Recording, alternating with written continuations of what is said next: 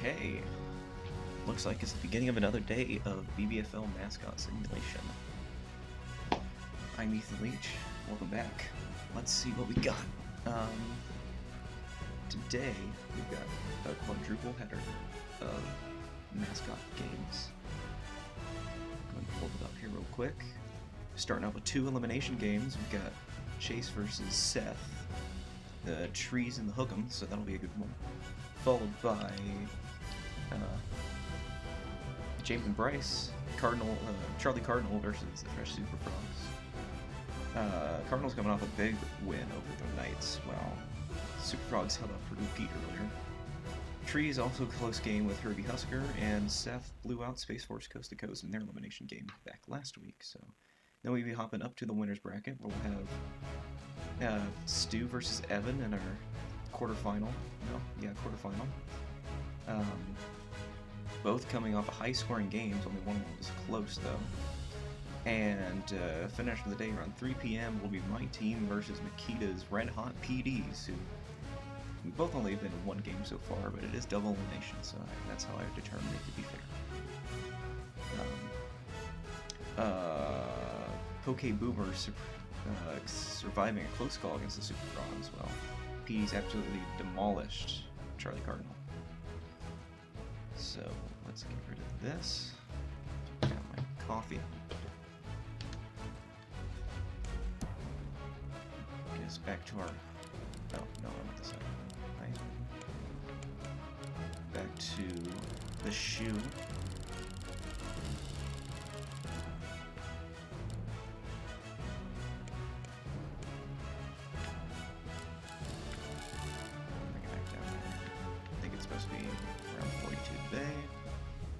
Good weather, and let's begin.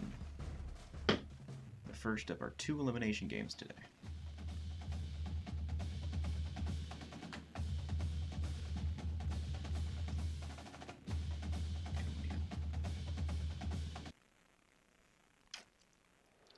Alright, welcome back to the shoe. Stanford defers, and Hook'em will begin the day with the ball.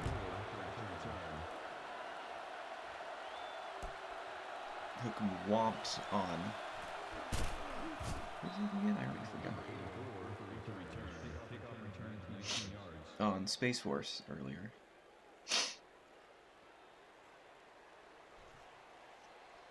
The Trees were able to take down Herbie Husker in the 9-point game. That'll be complete, just short of the first down. We'll also be keeping an eye on the scores around the league today, both in the pros and the BBFL. We've got a lot of big games today. Colts looking to clinch a playoff berth, other teams looking to stay in the hunt or survive, as well as the semifinal of the BBFL, actual BBFL. Fantasy season. And that's a conversion.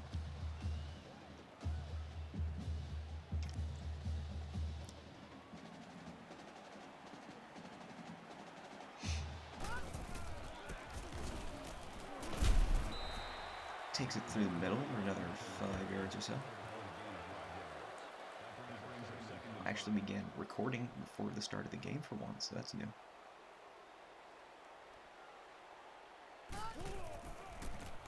And he's going to get stopped right away, swallowed up by those menacing, terrifying trees.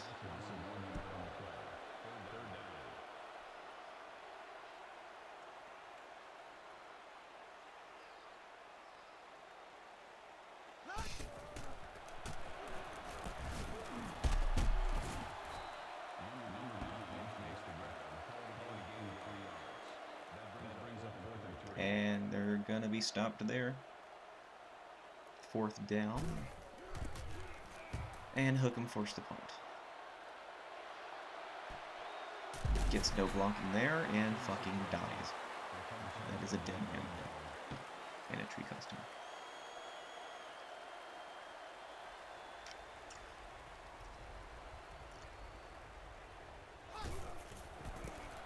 After flip. Oh, he breaks through. He's got some open room, and he's out to about the 40. I think that's the most successful yards after flip, or YAF, if you will, we've seen in the tournament thus far. Usually they're flipping right as they're getting hit anyway. Fresh set of downs for the trees. They're off to a hot start. Running back not so lucky on that one.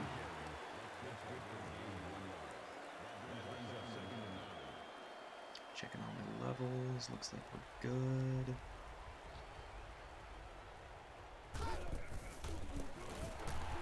And gonna hand it off there for a loss of 3 yards. Hookham staying stout on that defense. We've seen a lot of defensive battles so far in this tournament. I'm really hoping for some high-flying action. Maybe our first overtime game, perhaps.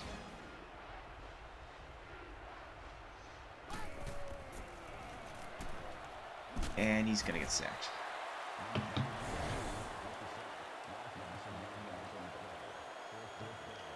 Should the tournament end right now, the biggest loss would be the Charlie Cardnyls to the PDs, 41-9, which is what, a 32-point deficit? Second would be, that's a 20 game, that's a 22-point game, that's a 23-point game. That's a 21.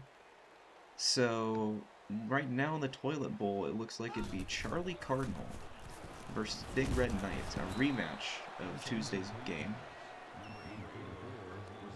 That is, of course, neither of, if the Cardinals don't end up going on to the championship. Can't play them both. After that, say Charlie Cardnyl stays alive. Seth gets it across the middle for good completion. The next closest one would be 21, I think I said. That's a 21-point loss. That's a 20.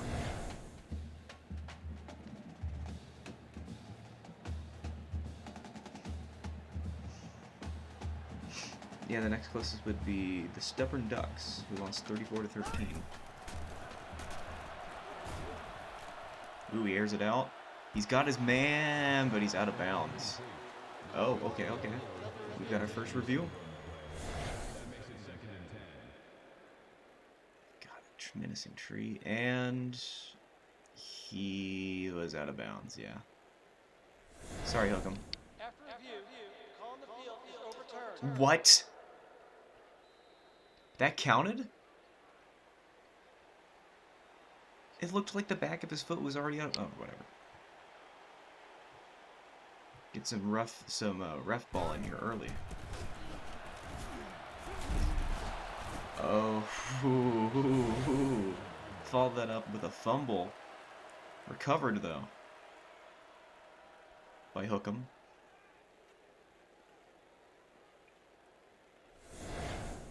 Correct? Yes, still has it.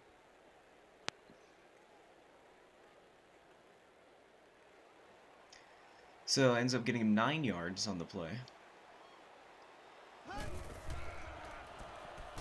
He's got some time. He's going to air it out. Almost picked off by the tree. And it's going to be 3rd and 1 on the 27. Easy conversion there. And Hookham continuing the drive down the field. Alright, Hookham, we get it. We get it. There you go.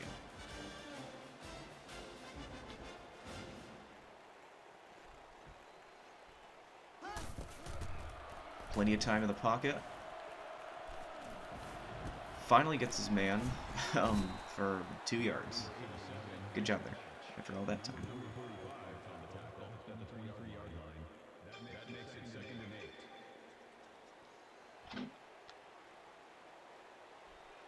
Final minute of the first quarter. Hookham goes for the end zone and gets intercepted. How many times did that happen in his last game? Jesus Christ. Just didn't have enough money on it. So, The Trees getting the ball back here. Great defensive effort. Ball back out of the 20 and keeping Hookem from getting anything on the board. Rockets that one and gets hit hard as he catches it for the first down.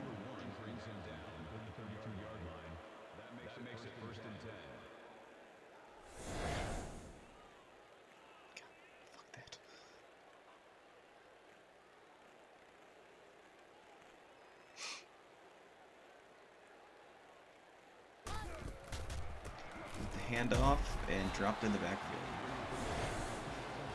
Trees struggling to get anything started here on offense.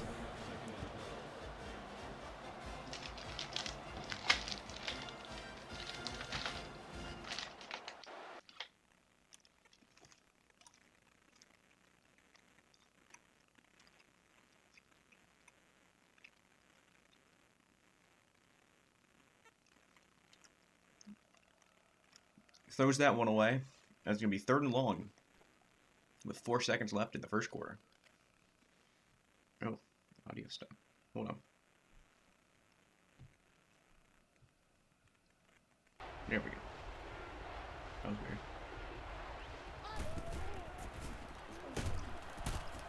Pressured, guessed dump it off, and no good. So Stanford forced to punt it again with 1 second left, and this will be the end of the first quarter.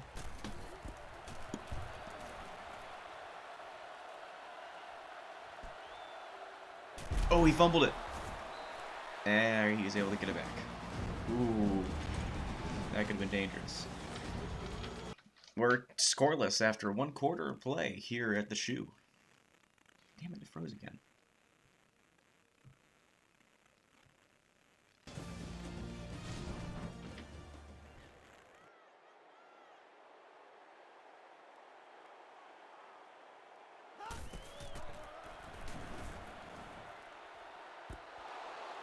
And he gets fucking picked off again. And he's going to take it back to past the 40-yard line.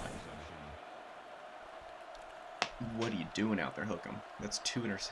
It's back-to-back interceptions, actually. Jesus Christ. Stanford, able to pick. Stanford can only catch it. Apparently, all the wide receivers are playing on their defense today.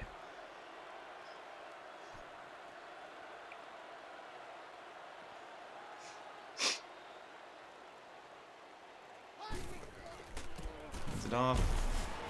Can't find anything, and that's going to be a tackle for loss.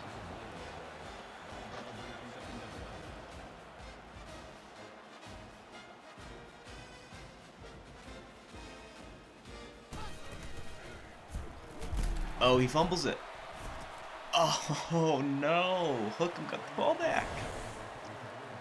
Butterfingers over here drops the ball and lets Texas recover it. He just spits it out. Blah. Alright. It looks like it's going to be one of those days.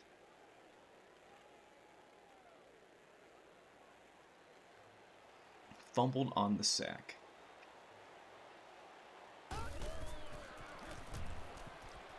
Alright, he's going to run it. Holds on to it that time. Would have been great if he also fumbled it after 2 interceptions.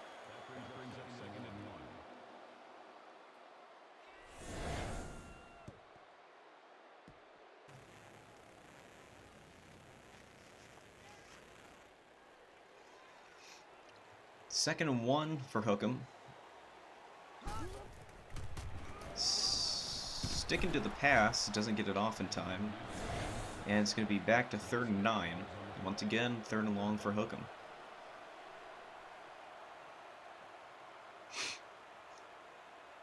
Should have just kept it. Ran it. Alright, we get it. Let's go.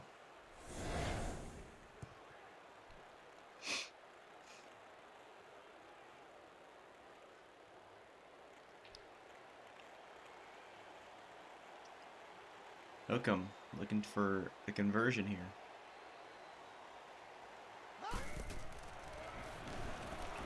Pass. Gets hit while throwing, just barely gets it out of his hand to avoid the sack, and it's going to be 4th and 9. Hookem punting yet again.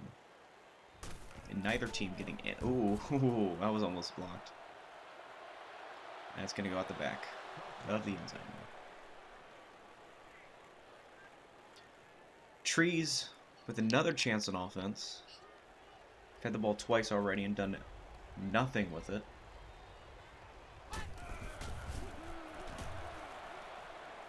Dumps off a little screen pass for no gain. I couldn't see through the tree whether he actually caught it or not.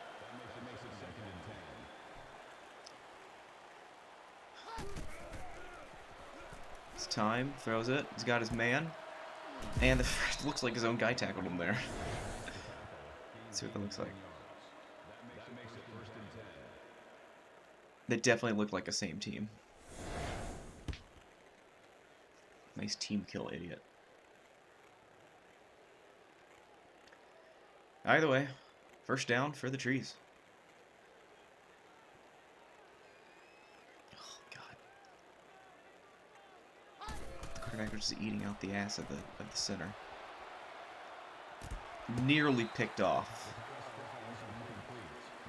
You can see his man, but it was also in double coverage, and he threw it short.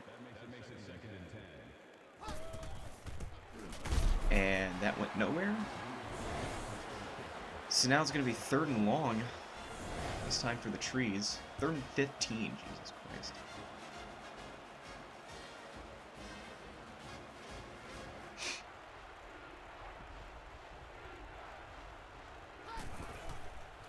Going to the air. Gets it off.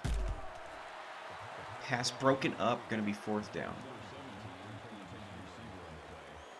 Big defensive battle today. 3 turnovers already, and we're only halfway through the second quarter.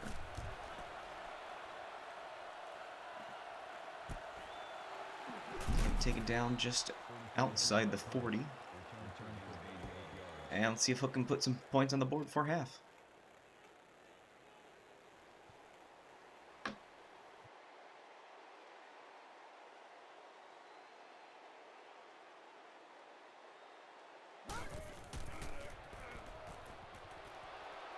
Oh, he's going deep. One-on-one. Oh, he couldn't hold on to it. I thought he had that. God. How did he... Okay, well, the tree's so big, it looked like it was behind him. But I guess he was right on him. Hookem almost had a big play there.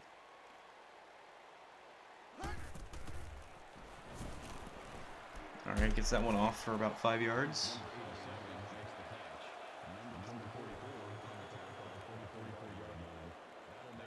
And another 3rd down. Got a little bit of time. Gets his man, and he's going to get out across midfield. That's a 1st down. Hookem waking up a little bit here. Oh, crushed.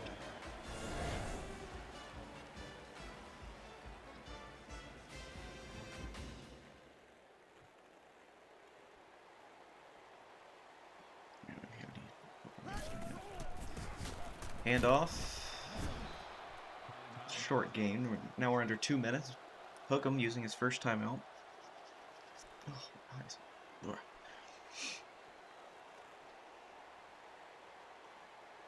Let's see what they do here. Hand it off again. Breaks the first tackle, but ends up losing a yard. It's going to be 3rd and long again.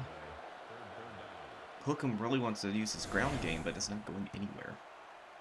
Their biggest game was with the quarterback at one time. 3rd and 9.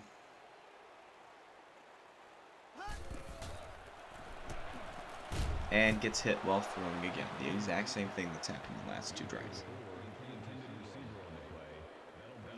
They're going to go for a field goal, though. Is that a 62-yard field goal? Oh my god. And it's going to be wide right. Only the 2nd missed field goal of the entire tournament. They have an automatic from there. And now Stanford the ball at their own 45 with only 1:25 left in half.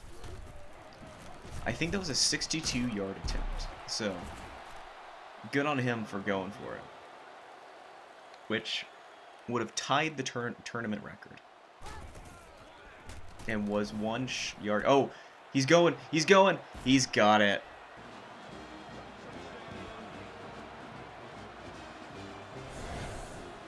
That's a touchdown for the Trees.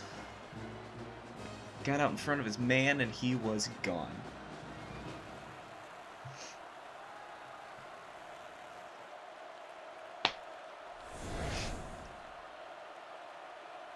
Trees finally putting something together.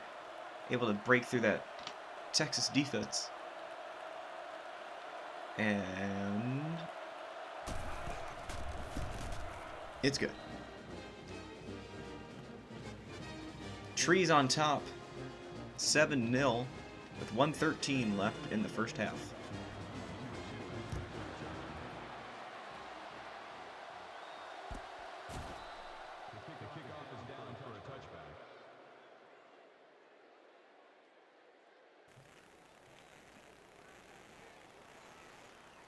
Alright, Hook'em trying again here. See if they put some points on the board. They do get the ball after half. So I'm not expecting very aggressive play here. But he's going to keep it. Dump off, not going anywhere. And we're going to have 1 minute left to play.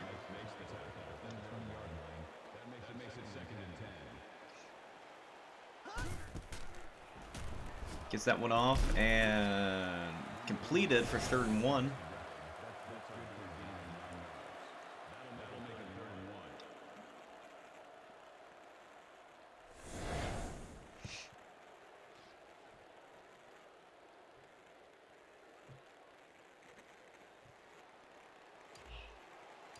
And they just decided to run out the clock here, I guess. They're just going to take this into half, it looks like. No conversion. Tree's going to use a timeout. Maybe they want to try and put some more on the board here. Or maybe a crazy run back. Oh, he gets absolutely clocked there with 3 seconds left.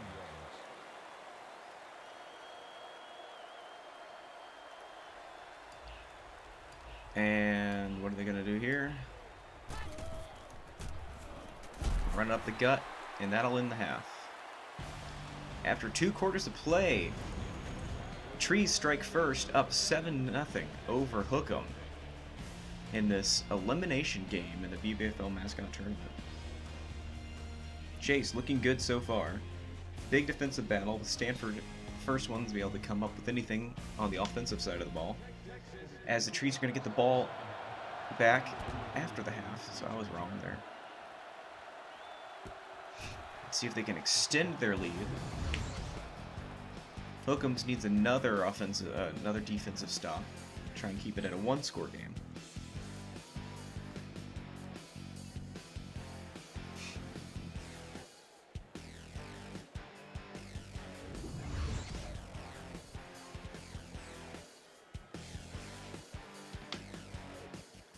All right, here we go.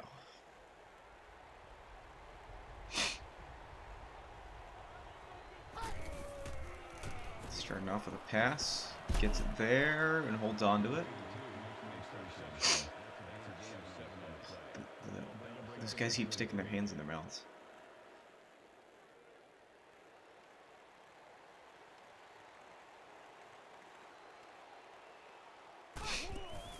Can hand it off, F for flip. And doesn't get anywhere, loses 2 yards.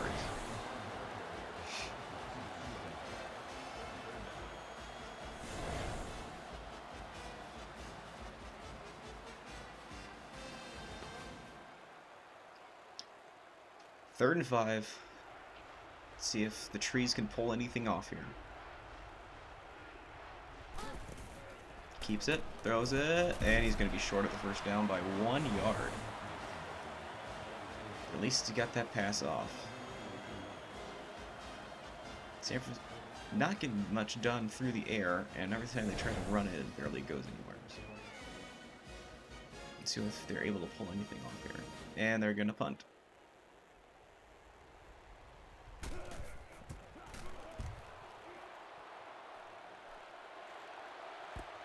Bam.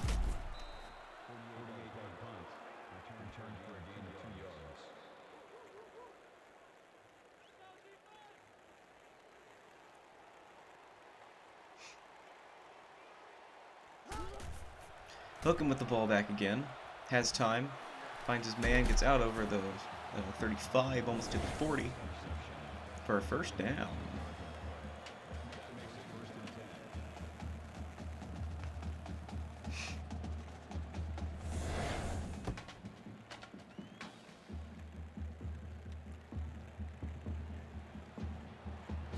Hookem looking to put something on the board.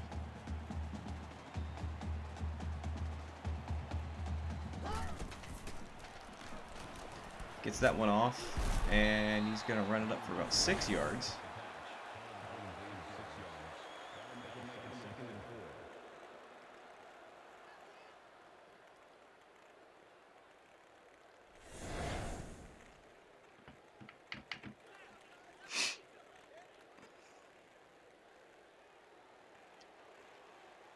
Second and 4 from about the 45, 46 yard line. He's going to hand it off and just get crushed again. Jesus Christ. What's he supposed to do there? So yet another 3rd and long for Hookem. Remember, the loser of this game is eliminated, while the winner will move on to play the winner of tomorrow's game. The winner of the next game, I'm sorry. They'll play tomorrow night. Actually, no, I'm sorry. The winner of this game will play the winner of Poké Boomer and Mykyta's PDs. While the winner of our next game will play the loser between the Badger Whackers and the Muncie Cincinnati Bearcats. As a Mad Lad play is successful. I wasn't paying attention. I don't know if that was a fake punt or an actually ran play, but the Mad Lads pulled it off. Hookem showing they're not out of this one.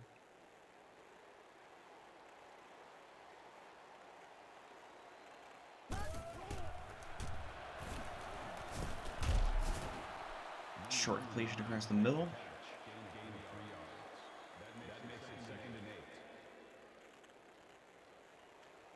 Hookem just on the edge of field goal territory now after that 62-yard attempt.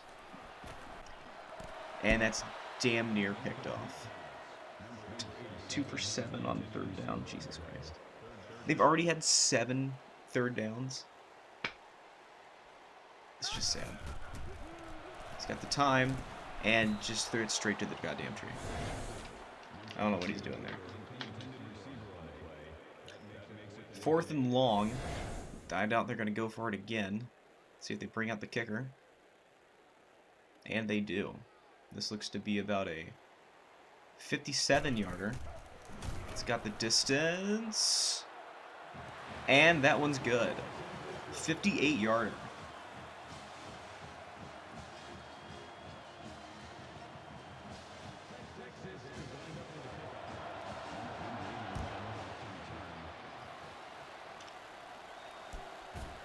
Texas pulling off the Mad Lad 4th and 2. Putting 3 on the board. And it's a 4-point game with 2 minutes left in the 3rd quarter of this elimination game. And Hookem brings the heat.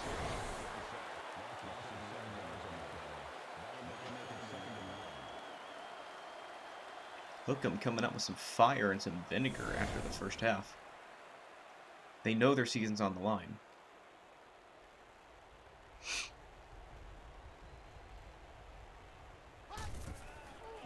That went off. He's gonna find some room, make up a lot of ground. It's gonna be 3rd and 5.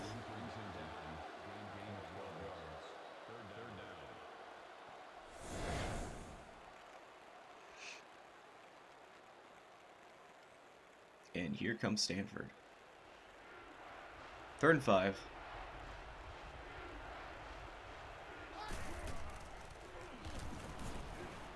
Gets it off, finds an open man, and he's going to be a first down.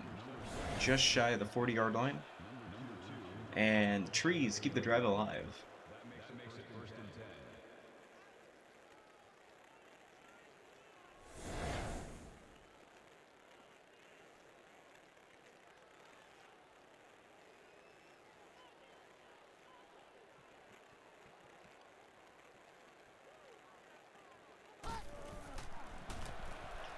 Gets it off where he's hit. Breaks the first tackle. Got the first down.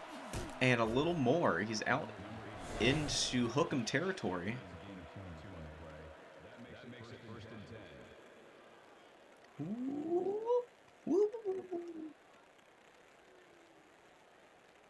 And tackle for bounce.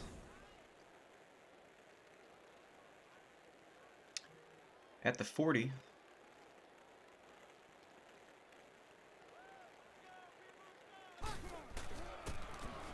Hand off this time, going nowhere. 2nd and 10. As we go under a minute here in the 3rd quarter. We got a tight game here.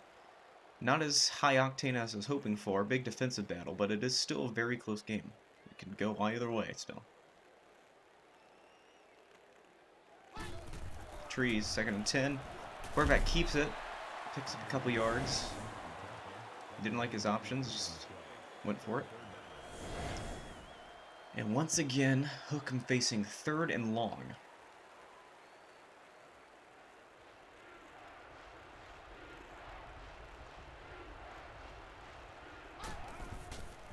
Gonna keep it again and gets tripped up. Gonna be 4th and 6 with about 20 seconds left in the 3rd. See if the clock ticks all the way down. They're gonna be kicking a field goal here. About a 52 to 53 yarder. And nails it.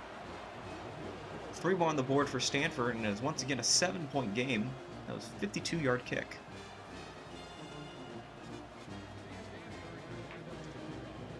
Take a look around our league.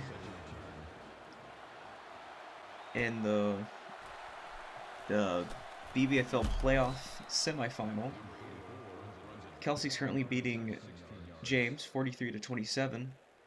The former has 7 players yet to go, and the latter has 8, with a projected win differential of 9 points in favor of Kelsey.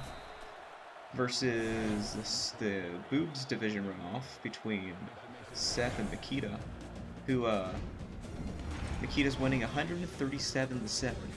Granted, Mykyta only has 4 players left to Seth's 8, but it's still projecting he wins by, that is, 59 points.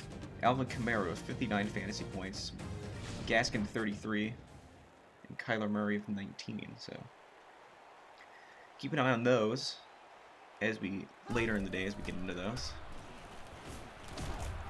Hook'em hit while he throws. Gonna be 3rd and 10. And then of course we'll be keeping an eye on the actual NFL scores, as there's a lot on the line for some teams, like the Browns trying to clinch a playoff berth. Hurt 3rd and long, has the time, gets his man, and a little more. F for flip. He fumbles it, and looks like the Hook'ems recover, thank God.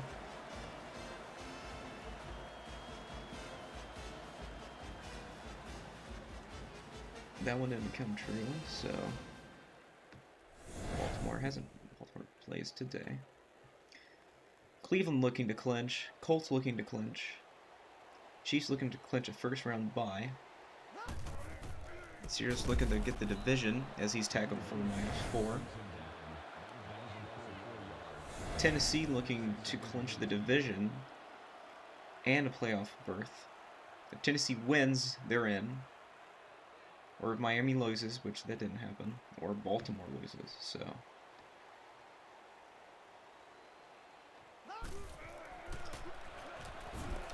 Pass knocked down as he gets hit hard. 3rd and 14 for Hook'em.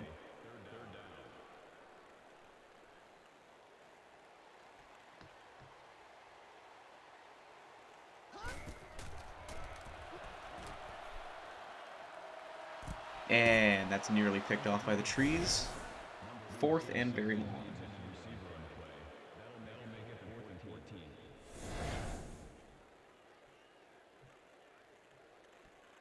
When does Baltimore play? Oh, they're a 1 o'clock game, I think.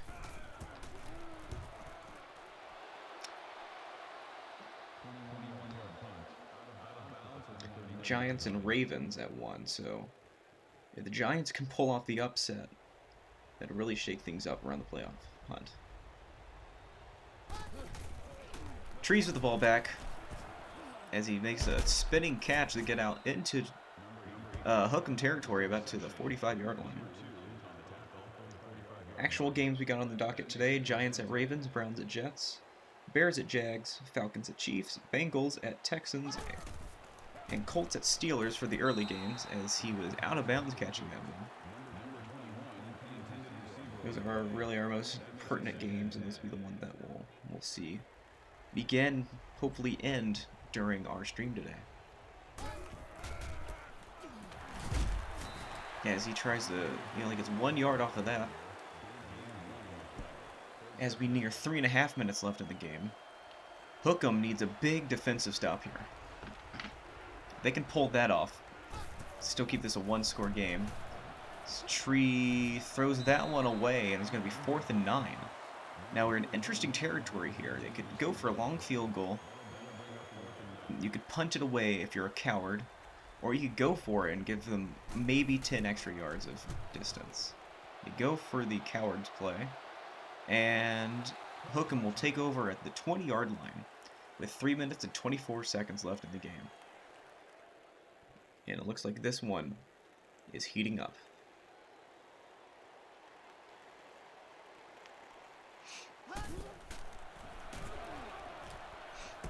And he'll pull that one in for a 3-yard catch, stop the clock.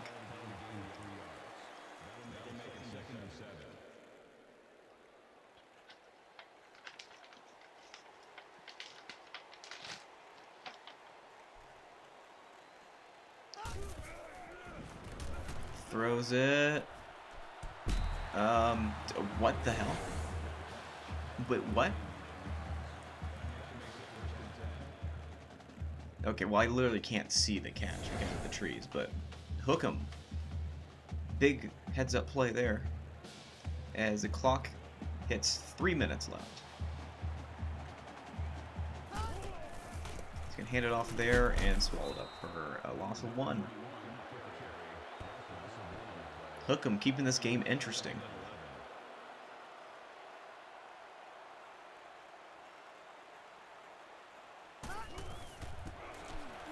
He breaks that tackle, and he's got some room, and he's going to get across for the first down. Big pickup there by Hookem. Finally finding some success on the ground. Had he been a little speedier, he had a big hole there down the sideline that could have gone all the way.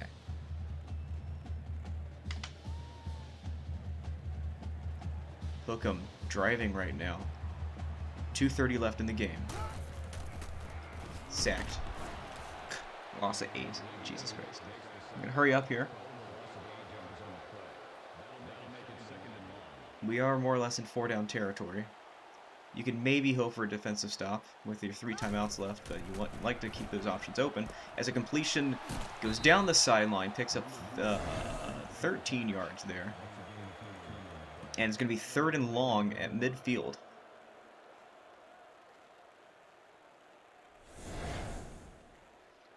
Third and 5 with 2 minutes left. Gets it off, and it's going to be a loss of 1. Now, do you punt it here and trust your defense? Or we've got a mad lad play. This could potentially be the season, folks, for the Hookems. He's got the time. He gets a completion just over midfield, but it's not going to be enough, and that's going to be turnover on downs. Big play there by the trees. And now Hookem with his back to the wall. Just under 100 seconds left in the game. Needs a big defensive stop. There'll be a rush for you 5 yards. Texas uses his first timeout. Stanford gets around. Not able to break that tackle, and that's going to be a rush for 1 yard. Timeout number 2 by Hookem. 3rd and 4. He's got time. He gets it off. Tackled. Loss of 4 there, and that's going to be a huge 3-and-out defensive effort by Hookem. And they're still in this game as trees punted away. And call for the fair catch and out the back of the end zone with 1:20 left on the clock. Texas looking to survive. They need 7 points here. They have no timeouts. Elimination from the tournament for the loser. Starts off with pass. Stumbles after breaking the first tackle and a gain of 4 yards. And he's going to spike it. 3rd and 6. We are well within 4-down territory. And there's 69 seconds left. Nice. 3 for 11 on 3rd down. Alright, he was definitely offsides there, but they're not going to call that. 1st and 10. Fresh set of downs, though, with a clutch catch. And he's going to spike it with 1:03 left on the clock. I know I keep asking for really high-scoring, close games, but at least we're getting, you know, a great close game. It's only 1 score. Back to pass. Gets it off. And he can't hold on to it. And there is exactly 60 seconds left in this game.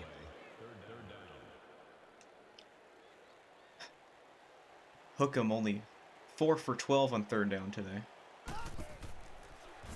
As he gets sacked. 4th and 18. The clock keeps running. We're under a minute here.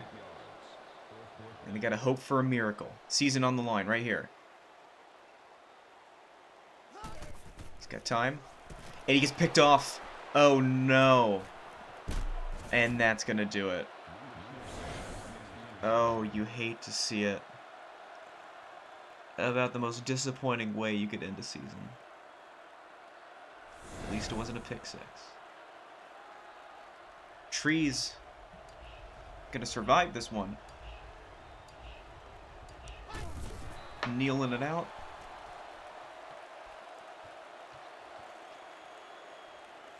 And Chase and his buff Trees are gonna survive to move on to the next round of the loser's bracket.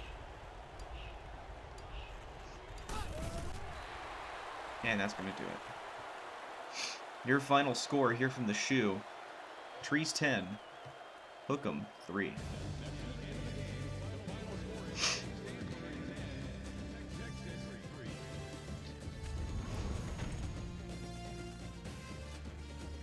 That's weird. It's every game in the loser's bracket, the away team is won. Is this the return of the basketball tournament?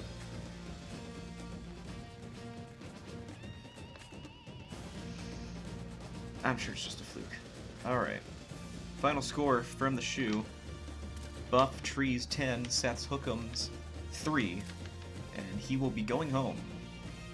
Chase will be moving on to play again tomorrow night against the winner of Badger Whackers and Muncie Cincinnati Bearcats.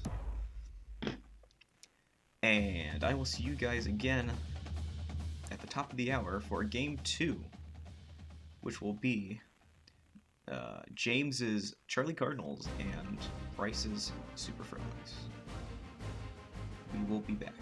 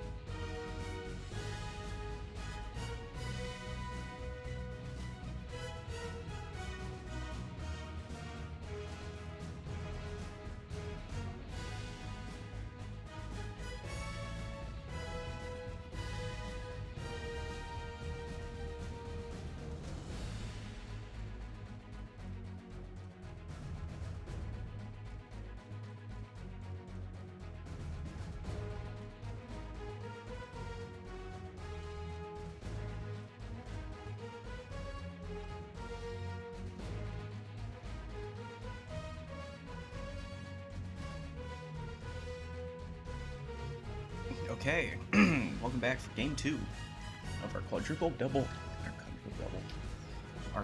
header of games today. Our second elimination game of the day.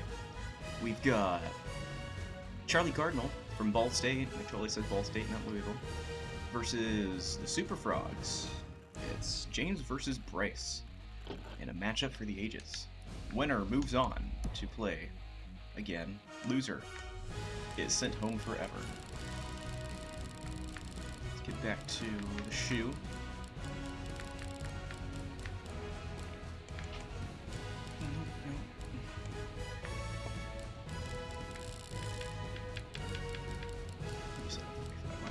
And let's go.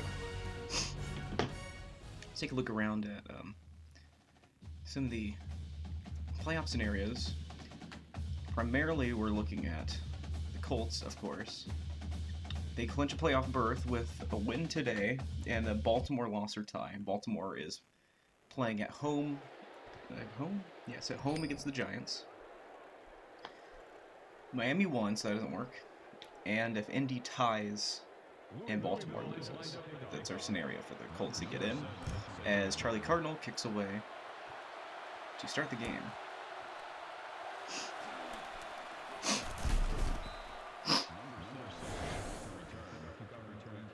Who else do we got? Chiefs looking to clinch a first-round bye with a win or a Pittsburgh loss, which that's who the Colts are playing today. Or a Buffalo loss. And the Titans will clinch the division if they win versus Green Bay, and the Colts lose versus Pittsburgh. And they clinch a playoff berth with a win or a Baltimore loss, or if Tennessee and Baltimore loses. We'll keep it in the AFC right now. Later on in the day, we can check out the NFC. So we'll be keeping a check on those scores as we go.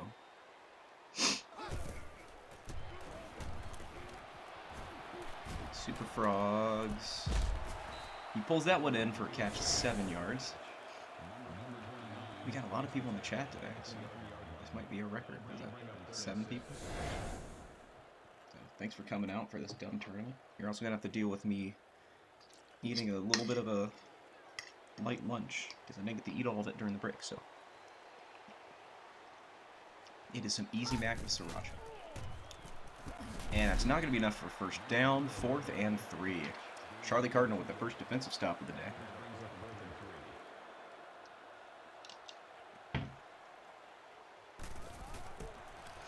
And they're going to punt it away.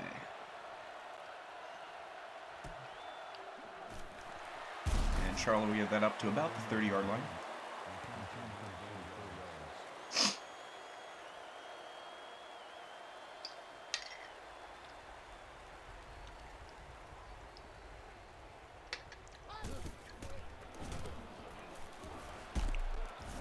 And he's going to get that one out across the first down marker.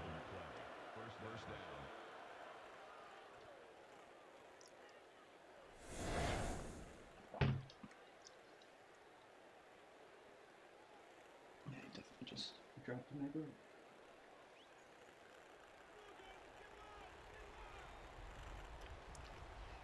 Sorry guys, I'm a disgusting mess right now. Pulls that one in. Looks like it was about to be intercepted to me, but somehow pulls it off.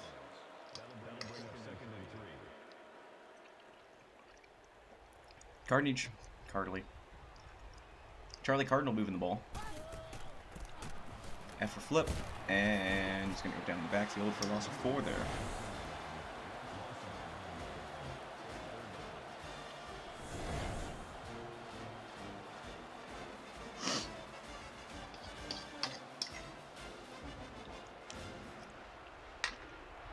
Third and 7. Fakes the handoff.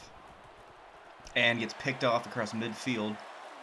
Superfrog returns it to about the 42-yard line. And they are deep within Charlie Cardinal territory already. Great defensive play there by the Superfrogs.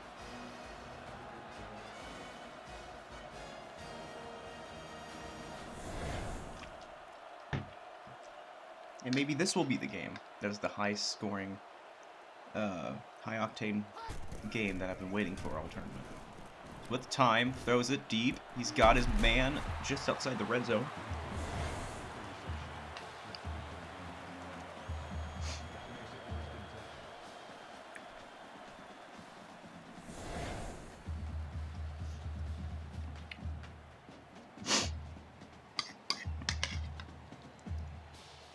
First and 10 from the 21, it looks like. Hands it off. Doesn't get anywhere. Swallowed up by 4 Cardinals there.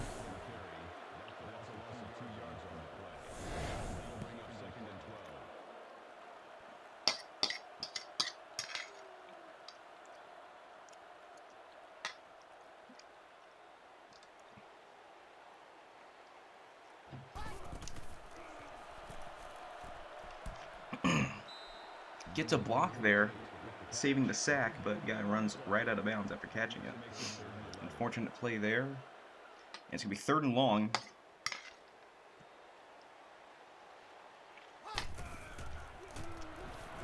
He's going to convert that and punch it in for a touchdown. And the Superfrogs turning a Drew Plitt interception into 6 points, sorry. Right away here early in the game.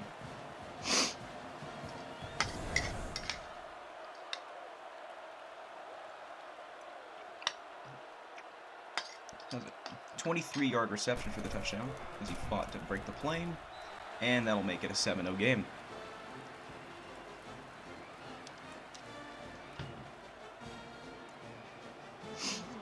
And Ball State heading back out on the field, try and make up for what they lost in the last drive. He's going to come just short of the 20-yard line.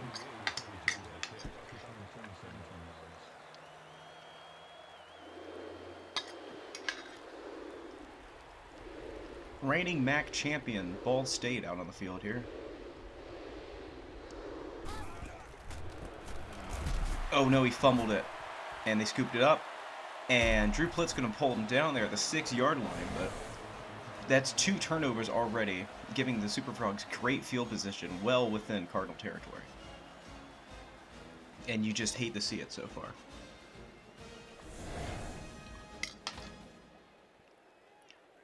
Cardinals off to a very rocky start here at home.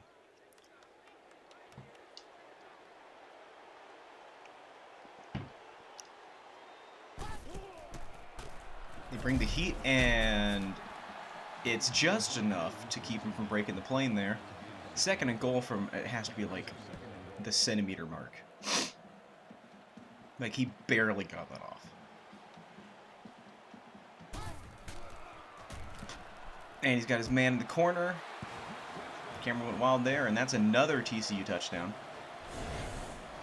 That's 13 points at about 20 seconds, maybe? 30 seconds?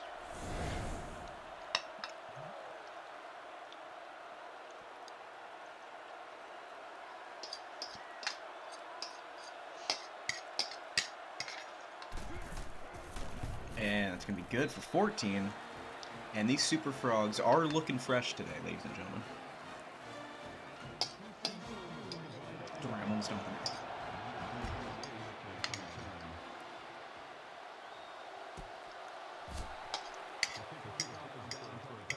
it. All right. 3rd time's the charm here for Charlie Cardinal. 1 interception, 1 fumble.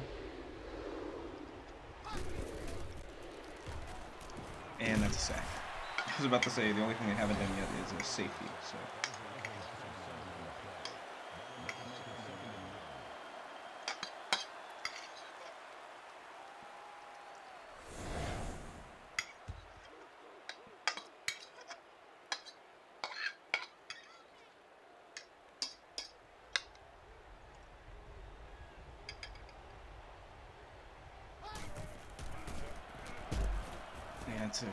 Oh, he breaks through. He's got a hole. He's at the 50, the 40. He breaks another tackle. He's still going. Oh, he got down to the 30-yard line. Nearly hit, too. Beautiful little, almost screen pass.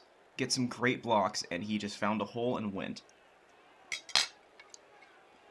That was a huge pickup for the Cardinals. They definitely needed that.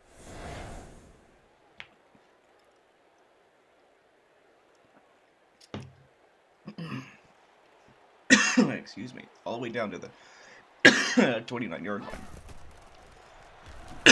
Sorry, I'm choking on water. As he's choking on some dick. Sacked for a loss of 7.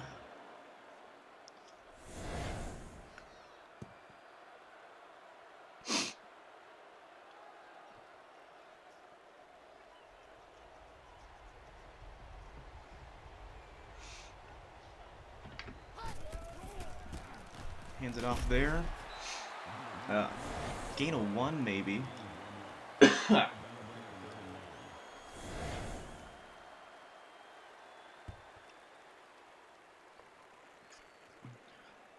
Third and long here with Charlie Cardinal. 7 points would be good to put on the board in response to Superfrogs 14, but even settling for 3 would be a good start. No, he breaks a tackle. He breaks another one. He still has the ball. And he's going to be tackled forward for 2 yards. And it looks like they're going to kick a field goal as time expires for the first quarter. And it is good. Cardinals on the board. The 51-yard field goal. Ball State showing some life there. It's a couple big plays, but coming up short.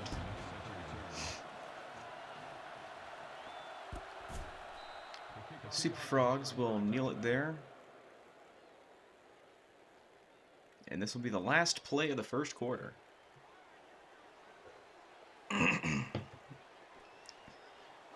Already more offense than the entire first game put together. Scoring-wise, at least.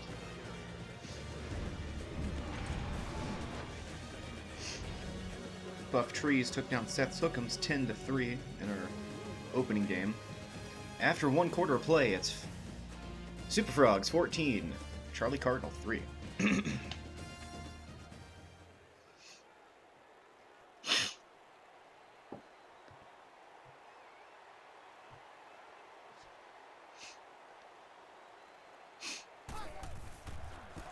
Oh, he fumbled it.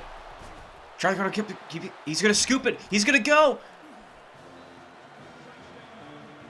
Touchdown, Charlie Cardinal. Cardinals making their own big defensive plays. And it's going to be a scoop and score. Something that's happened, I think, to the Cardinals twice already. I think in the tournament, they've been scooped and scored on twice. And that's going to make it a 4-point game as the PAT is good. The scoop and scramble for about 15 yards. And Charlie Cardinal sending it back to Superfrog, cutting the deficit to 4.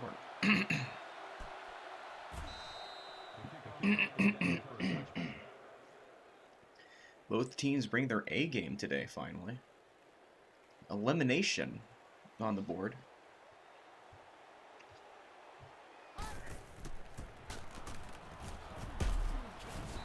As he takes that out for about 8 yards.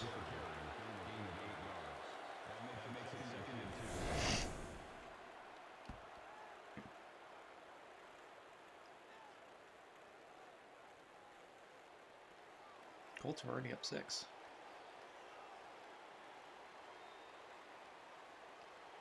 Second and 2 for the Superfrogs. Gonna hand it off there.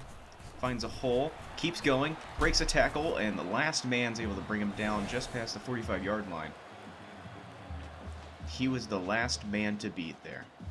Otherwise, it was open field. He's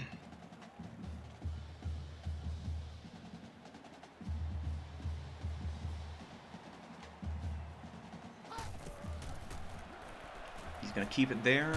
Tackled in the backfield for a loss of 1. Colts strike. Up 7-0 versus the Steelers. Ravens up 6-0 over the Giants. As he breaks that tackle and is tackled for even more loss. 3rd and 14 now. Titans are the late game today. I didn't know that. Titans won't play until the Sunday night football game on NBC, so it'll be a while until we see what their fate is in the playoff run as they run it on 3rd and long. Gets it just past the original line of scrimmage, and it looks like Superfrogs are going to be forced to punt this one away. Our first punt of the day.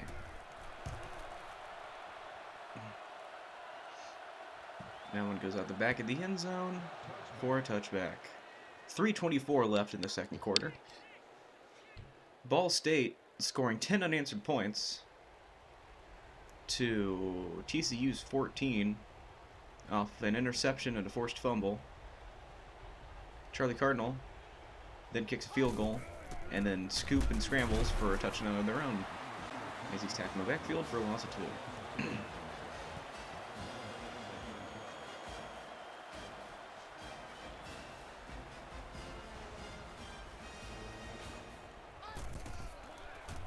Oh, he's going to go deep. He's got his man. He's wide open, and he pulls it in. What a what a big catch. Turns on the Jets, gets past his defender.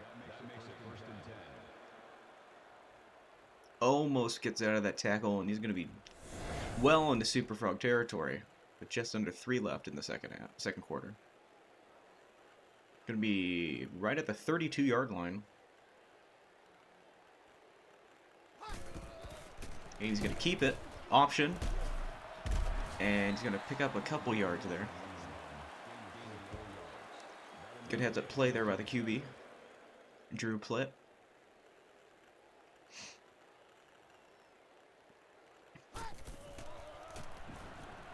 And he's going to pull that one in. Short rocket pass, just short of the first down. 3rd and inches.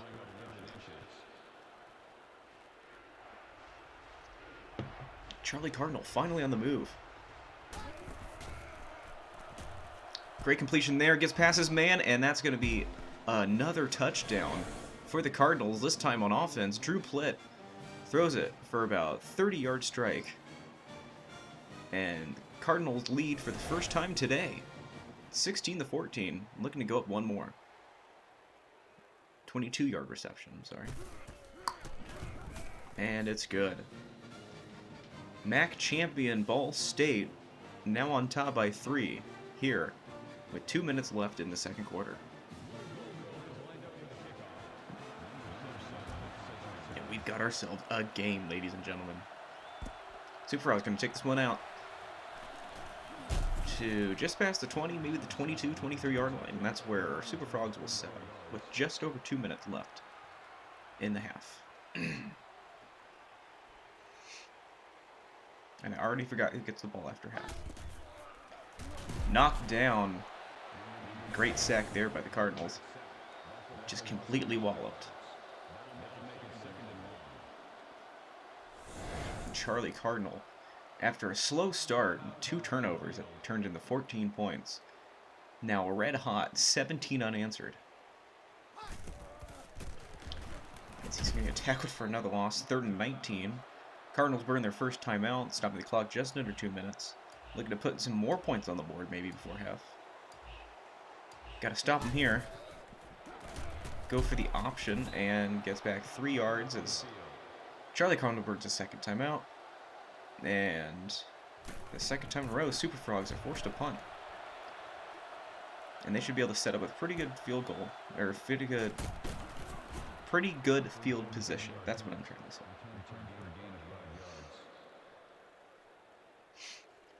So with 1:46 left, Cardinals regain possession from their own 40. Keeps it, throws it away, it looks like.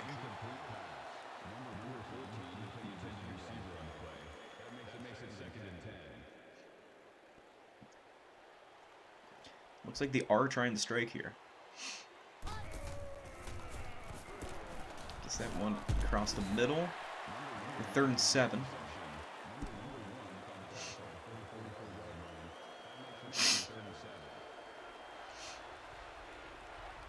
Cardinals on a tear right now.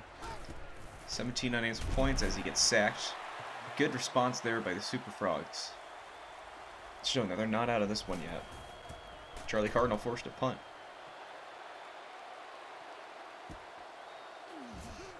And he's going to get that one just across the 20-yard line with 1:11 left. And let's see if TCU decides to try and air it out, or they're going to just take this in the halftime. Down 3. He's got time. Had his man, but threw it too late.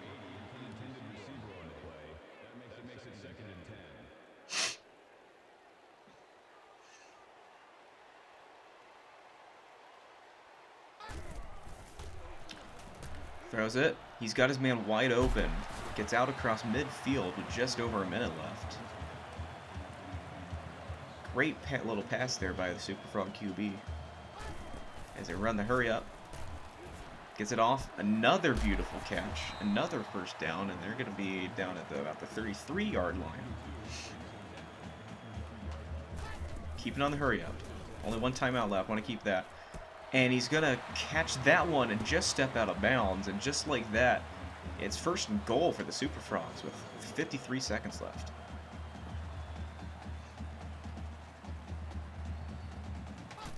He's going to keep it. He's going to get stopped there. Clock keeps running. 45 seconds left.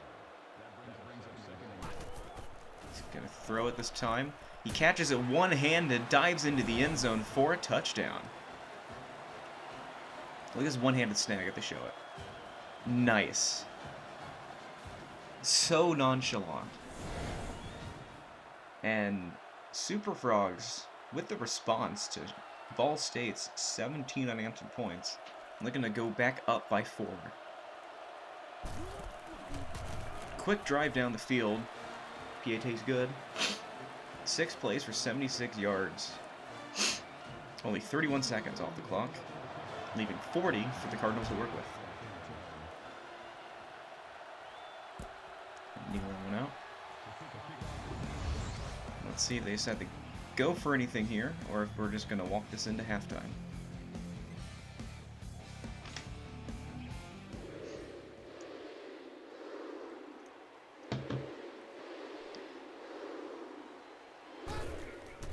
He's going to throw it. In the back of the head of one of his teammates. 35 seconds left in the clock.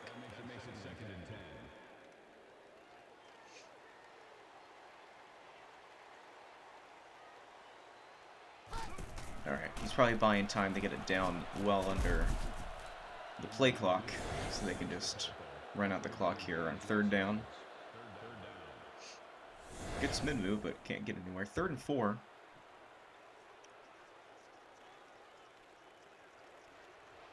They're hurrying up the line.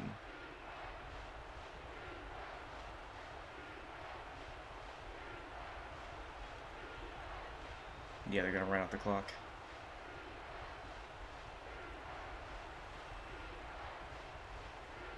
I think I can right 4.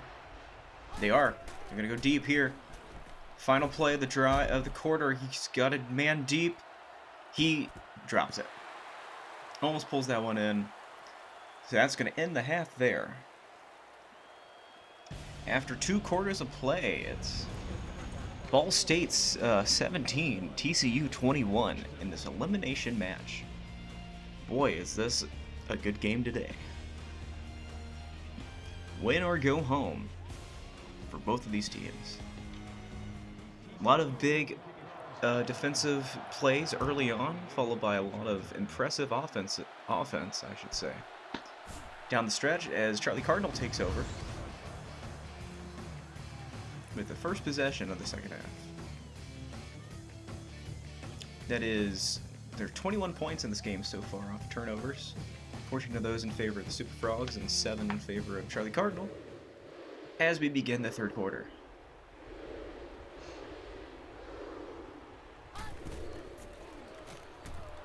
Finds his man there for completion of 6 yards.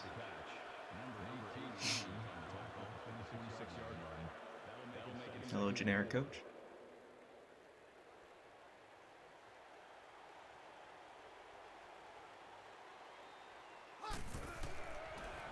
keep going through the air. Not able to get past his defender there. Going to be 3rd and 5.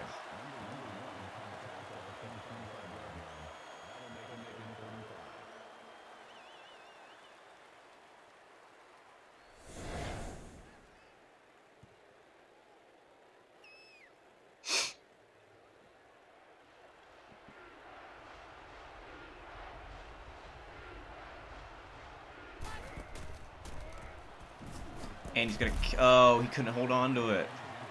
Butterfingers. It's gonna be 4th down, and Charlie's gonna have to punt.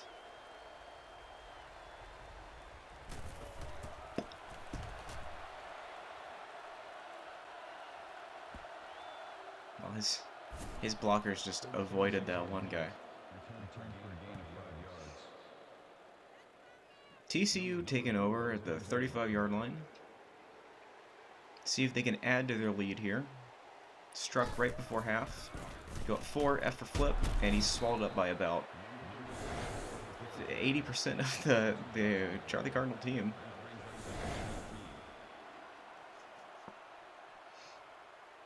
Second and 13.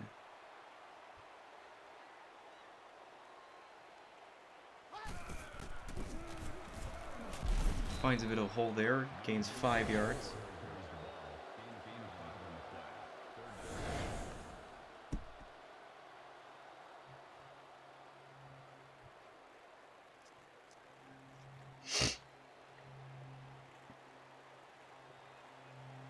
Third and 8.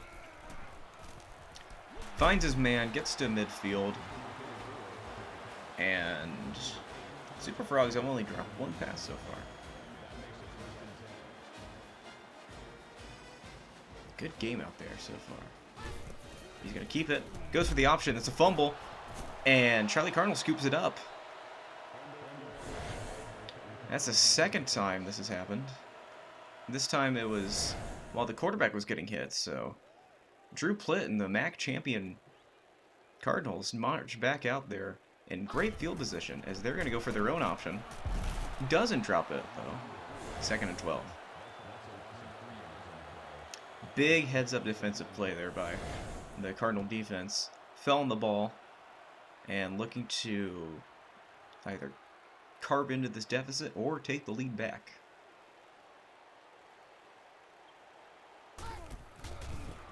Punches up the gut there, gets a few yards, just past the original line of scrimmage. Gonna be 3rd and 9 now, from about the 35-ish yard line. Gets sacked. Oh, okay, doesn't get sacked. Just barely gets the ball moving forward as he's hit. It's gonna be 4th and 9. They're gonna try a field goal from about 51, 52 yards. He made 42-yarder earlier. It's got the distance, and it's got the accuracy. That's 3 points for a 51-yard field goal. Cardinals turning another turnover into 3 points, and now it's a 1-point game.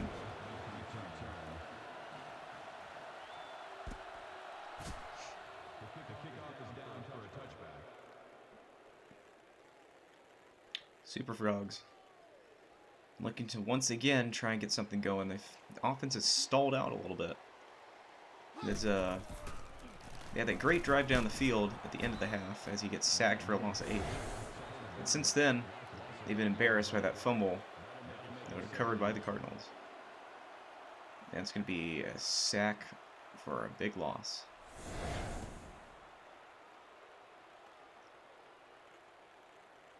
$18 yards for a first down, ball at their own 11.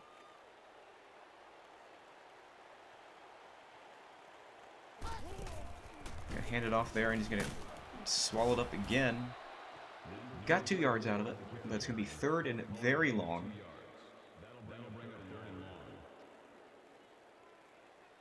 I imagine they go to the air here.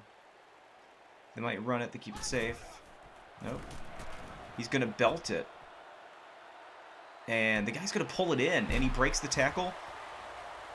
Another Charlie Cardinal catches him. He breaks that tackle, and he marches it all the way down for the touchdown. 3rd and long, and they just could not tackle him there. What a great effort by receiver. 1 broken tackle. 2 broken tackles. Just barely avoids the 3rd, and that's a touchdown. TCU back up by 7. 86-yard catch for that wide receiver. And with under 2 to play in the 3rd quarter, it's an 8-point game here at Shubin Stadium. Right when the Superfrogs heard me talking shit, they clapped back.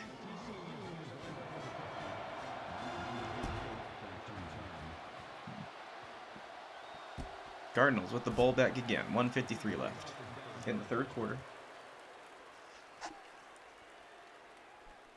Can they respond?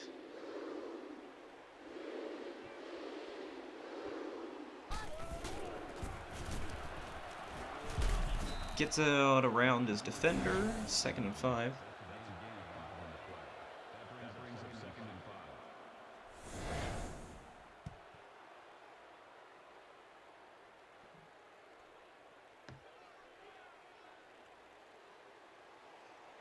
No significant changes on the scoreboard in the NFL. As Charlie Cardnyl gets sacked for a loss of 3. Or sorry, that's a running back.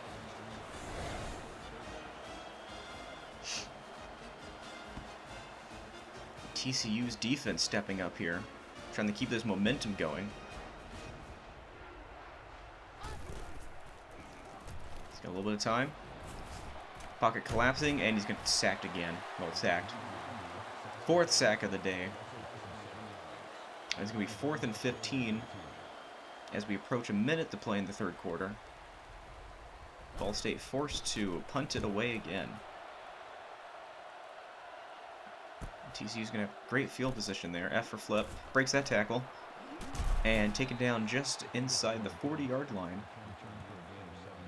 With under a minute to play in the 3rd.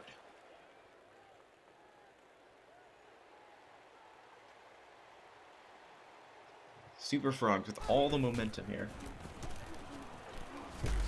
Finds a hole, picks up 7. Taking a look at our BBFL standings. Kelsey still leads James, 50-38. Projected win differential there is now 7 points as he's tackled for a loss of 1. And in the Boobs division runoff, it's still Mykyta all the way with 138-47. But the margin of victory is closed to 31 points in favor of. Let's see if Seth can make up that.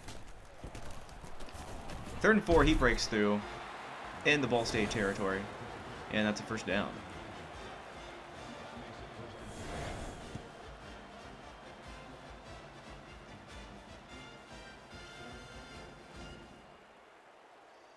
In the 4th place game, Ian's beating Sam 40-31. Projected total 114-96. So if Ian can hold on, he can claim 4th place. After 3 quarters of play, it's an 8-point game here in Shubin Stadium. Ball State down 8. Superfrogs, everything going their way now.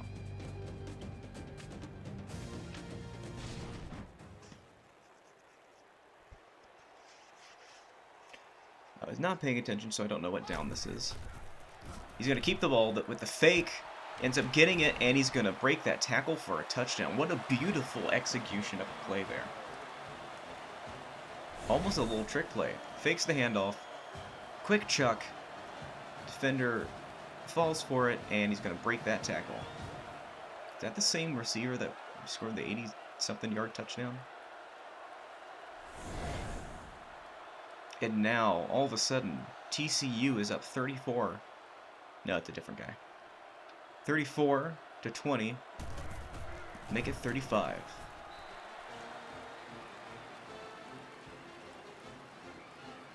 "42-yard touchdown pass off a little fake handoff. Ball State now in a 15-point hole.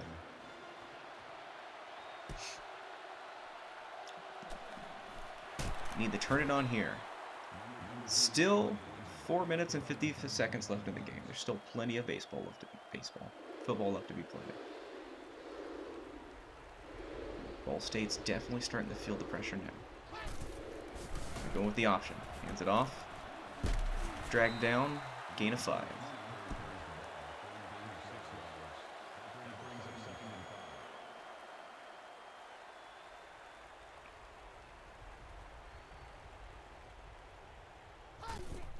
He's going to keep it this time. Find a little breathing room and going to pick up 2 yards there. 3rd and 3.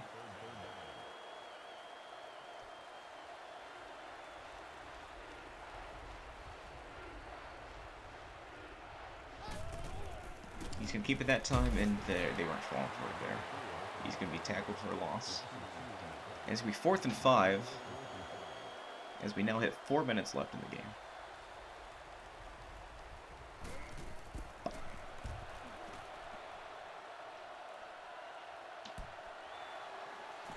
He's going to return this to just inside the 45-yard line, make it the 46.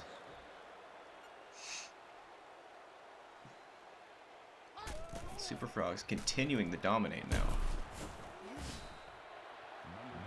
Ball State had a strong response after 2 turnovers, led to 14 points for the Superfrogs, bringing it back to within 1.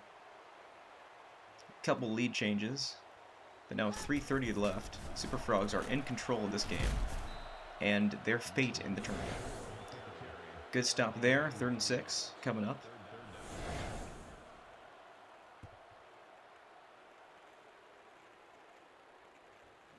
Cardinals need a big stop here, if only to slow the momentum of the Superfrogs and maybe boost their self-confidence. Superfrogs starting to grind out this clock. We've now got 3 minutes to play.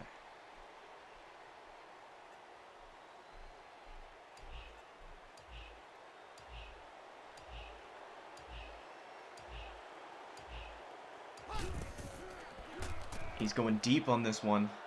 One-on-one matchup, and it's going to be deflected by the defender there. 4th and 6.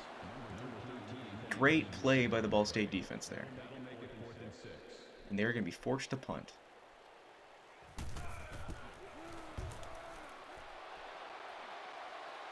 Ball State really starting to feel the pressure here now. 2:38 left to play. All 3 timeouts still. In what looks to be a tight one.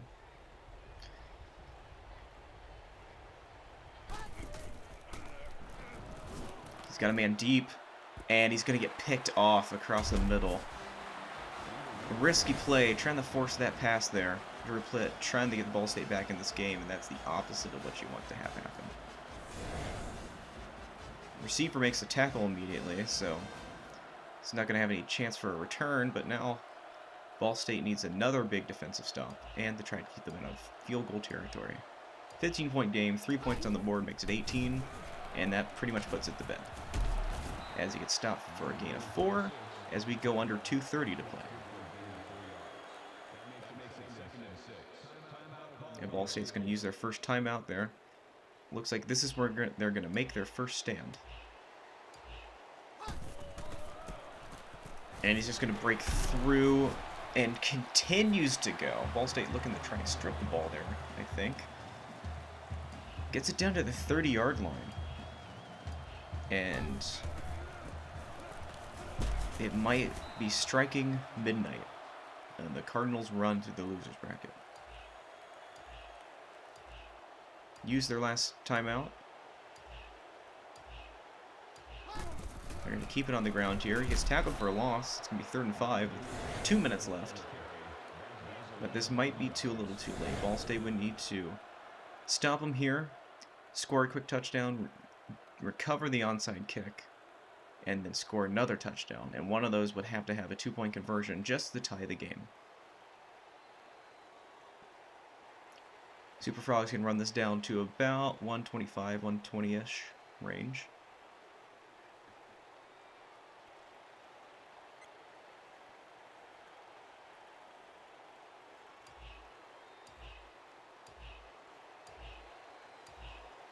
Really taking the clock down here. Hand off. Keep it on the option. He's going to get swallowed up. 4th and 7. He's going to take us well under a minute left on the clock. This field goal could put away the game. And they're going to run out the clock, too.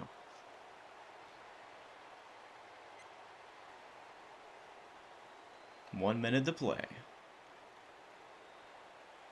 Charlie Cardinals' fate rests on the leg of the Superfrogs kicker. 10 left on the play clock. As we tick under 45 seconds left in the season. Kick is up, and it's got the distance. And that's good. That's going to be an 18-point lead for TCU over Ball State. And barring some chain of miracles, it is now over for Charlie Cardinal. In front of the home crowd as well. You hate to see it.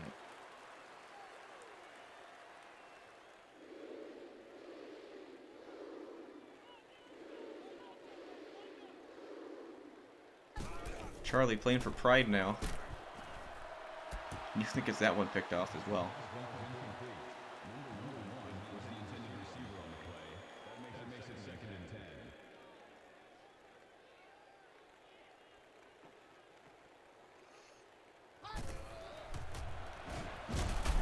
Gets sacked there.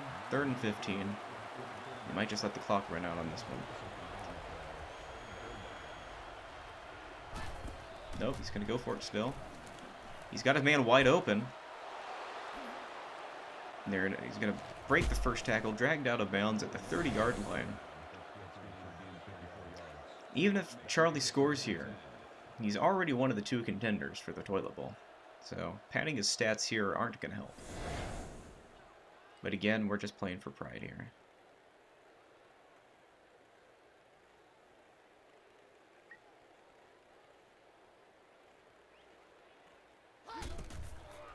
Fresh set of downs. Going deep. He's got a man wide over the middle. As we tick under 10 seconds left to play. See if Drew Play can throw one more touchdown this season. His flag looks like they might get offside on the defense. Good heads-up play. Snapped it because he saw there's still a man on his side of the field. Also stopped the clock there. 1st and 5 from about the 6. 1, maybe 2 more quick passes. He's got the time. Knocked down there.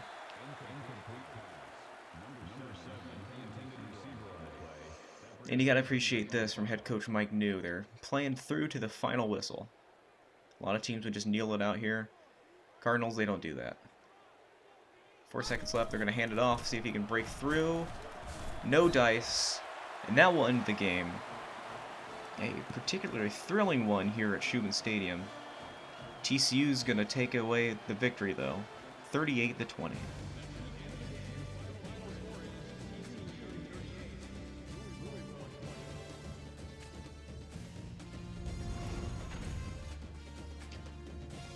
that also debunks my theory that only the away teams are losing the winning losers bracket. Fresh Superfrogs survive and advance. They'll be playing the winner of the next game, or the loser of the next game, I'm sorry, between Stu's Badgerwhackers and Evan's Muncie Cincinnati Bearcats, while the Buff Trees will play the loser of the next game, my Poké Boomer and Mykyta's PDs. Final score here from Muncie, Indiana, 38-20 in favor of the Fresh Superfrogs. And I'll see you guys again at the top of the hour.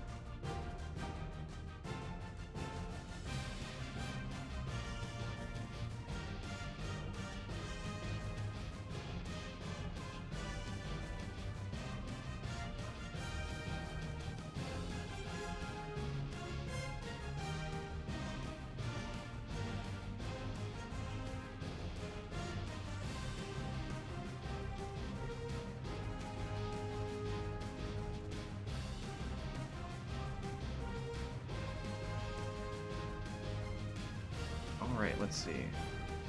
We're back up to our winner's bracket here. Stu and his Bucky Badgers versus the newcomer Evan and the Cincinnati Bearcats. Before we get started on this one, let's take a look around the league.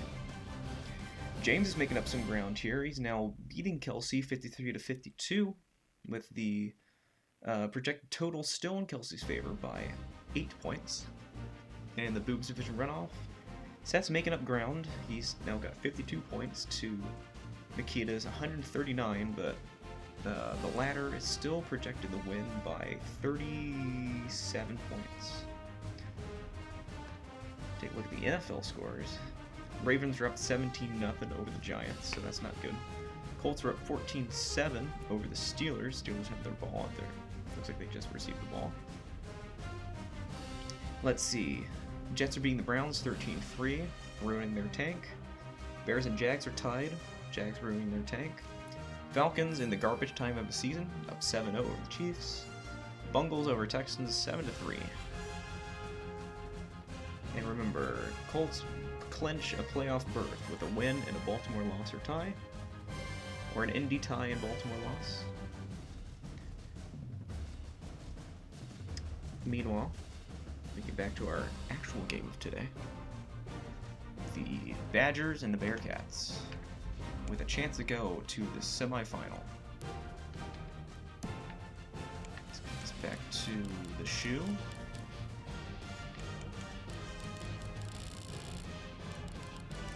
Degrees, and we're starting. What's the actual temperature right now?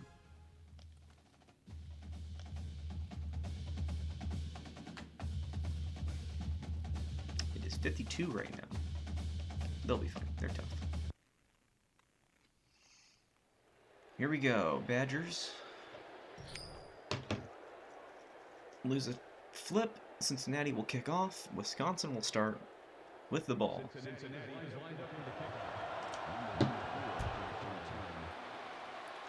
The winner of this game moves on to the semifinal of the winner's bracket in this double elimination tournament. We'll face the winner of the next game today between Poké Boomer and Mykyta's PDs. The loser drops down to the loser bracket, and we'll be taking on the fresh Superfrogs, which just had a very interesting game against the Cardnyls.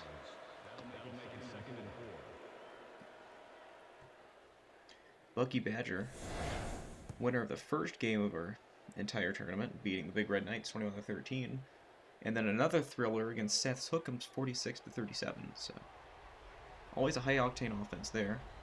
Meanwhile, Evan's Bearcats have been dominating their opponents, winning 31-13 and 31-9. So will another 31 strike the scoreboard here, and will it be enough to take down Stu?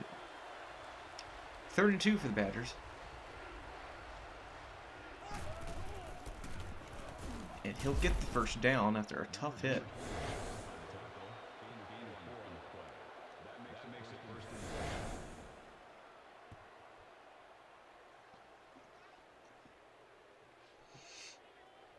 Cincinnati, of course, horribly snubbed from the college football playoff in real life this year because, as we all know, college football is broken.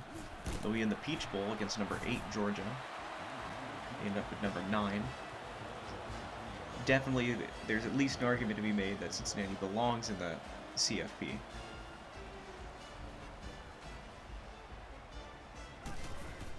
Second and 12 here for Bucky Badger. He's going to keep it. Finds a little bit of room, fumbles it, but the lineman's going to fall on it, and they'll retain possession.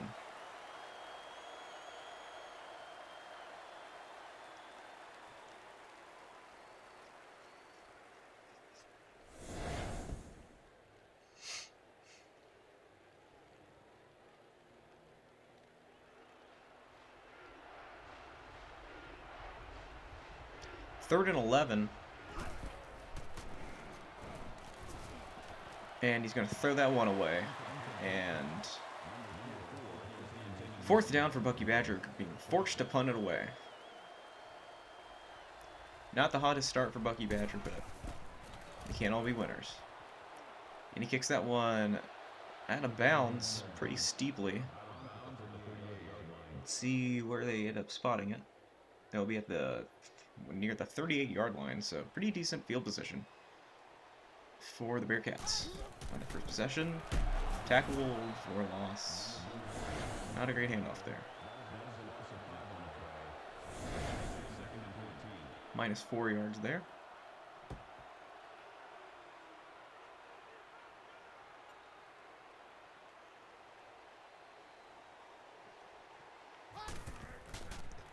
Bearcat with time. Finds his man, gets across, and right to midfield for a first down. So no 3 and outs to start the game for either team.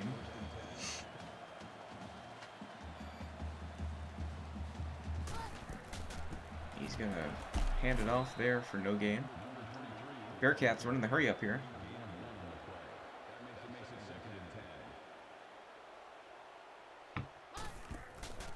Hand off again. He finds a hole. And it turns that into 6 yards after shrugging off a tackle. And it's going to be 3rd and 4 here for the Bearcats. Finds his man. Another quick completion. And they're going to continue with the hurry up. Now on their own. Now on the Badger 36-yard line, I'm sorry.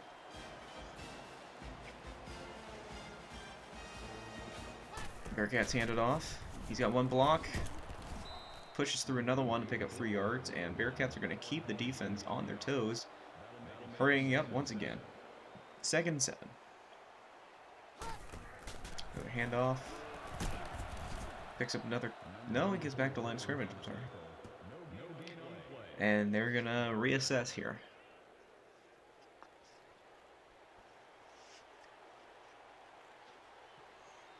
Third and 7.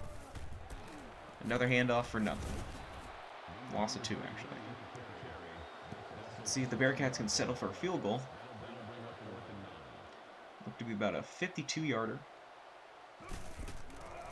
It's got the distance. And it's good. 52-yard field goal by Cincinnati. And they're going to strike first, going up 3-0 over Bucky Badger.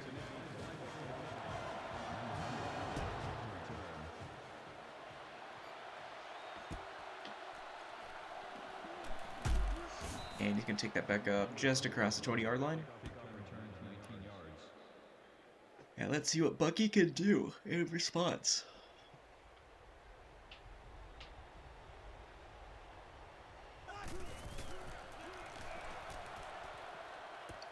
He pulls that one in for a quick first down.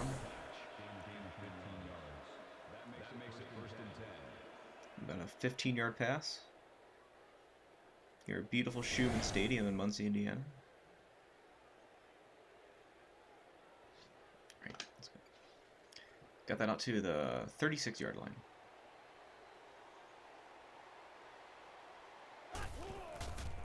Hands it off, finds a hole. Picks up 5. Respectable run there.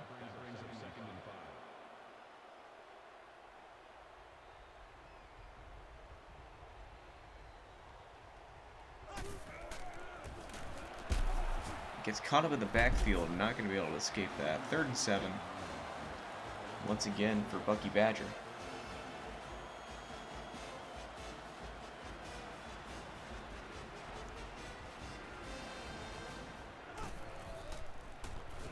A little bit of time. Pass broken up by the Bearcat defender. And it's going to be 4th and 7 for Bucky Badger.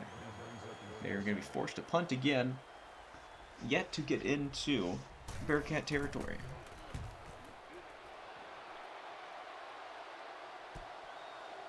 After flip, breaks that tackle, fumbles it. Bucky Badger picks it back up. And I can't tell if that was a fumble or a galactic brain level play of punting it away and forcing the fumble so you get the ball to the Bearcat 21-yard line. Either way, Wisconsin now within striking range, as he's not going to get past that defender, but we'll pick up 4.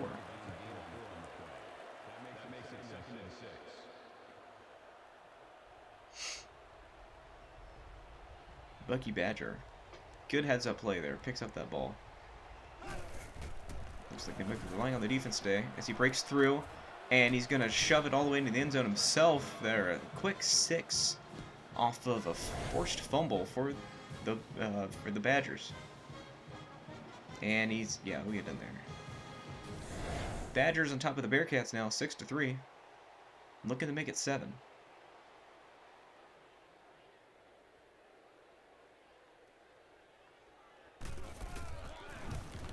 And it's good. 12-yard rush there by the quarterback. That should be Russell Wilson, actually, I think.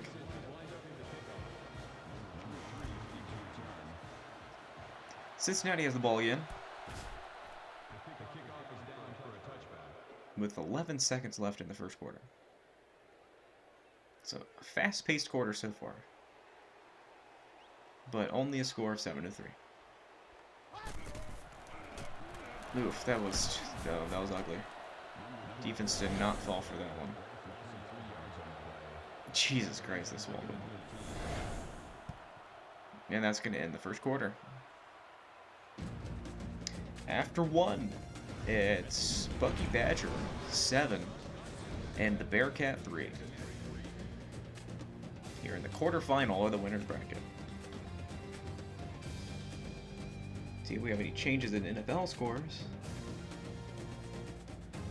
Colts scored again. They're up 21-7. And Giants are still down 17-0 versus the Ravens. Again, a Colts win and a Ravens loss clinches a playoff berth for the Colts.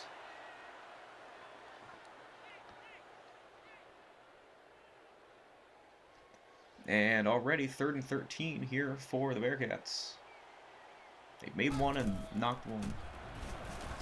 He gets hit while throwing there, just barely in time. That's going to be a 4th and long.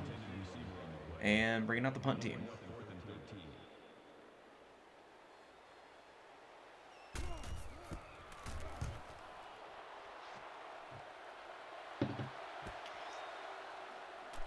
He's gonna take it back just shy of midfield. Great field position off that punt. Wisconsin with the ball and the lead here in the second quarter.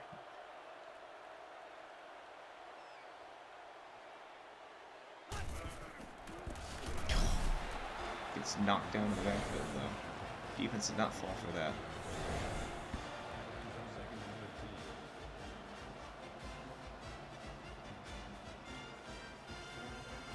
Excuse me.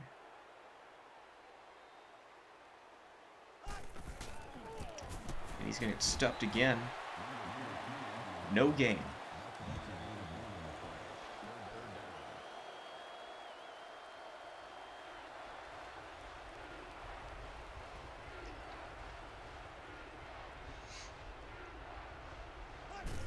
Third and long. And he's sacked. I don't know how Bearcat just went straight through the running back there. Nice 420. Cincinnati with the defensive stop. Let's see if they can respond on the other side of the ball. And not fumble it this time. Ouch. 45-yard punt. Return for a gain of 20 yards.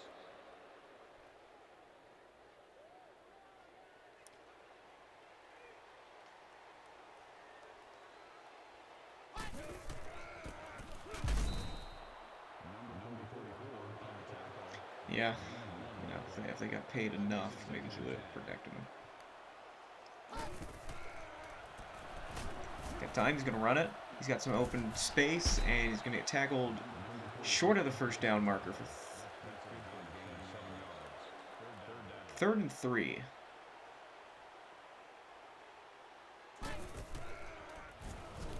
And an interception there. Bucky's going to take it back to the 20. The 10 can't fight through. He's going to be 1st and goal about the 7-yard line. And you really hate to see it. We had our last game end on an interception. That was almost a pick 6. So, Bearcats maybe finally facing a worthy foe. They've blown out their first 2 opponents, scoring 31 in each game. But Bucky Badger has come to fight. There's a reason he was the first winner of this tournament. After flip, knocked down to the backfield. Second and goal. Just completely swallowed up there.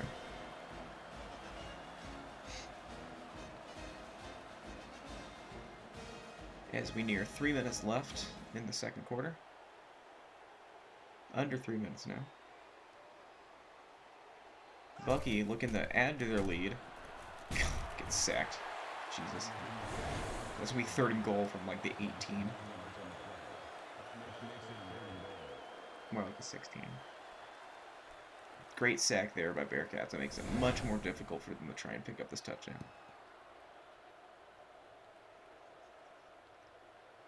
It's at the 17-yard line. Excuse me.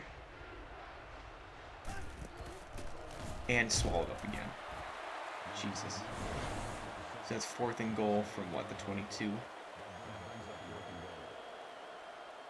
Fourth and goal. Let's see if Wisconsin's going to run the clock out here.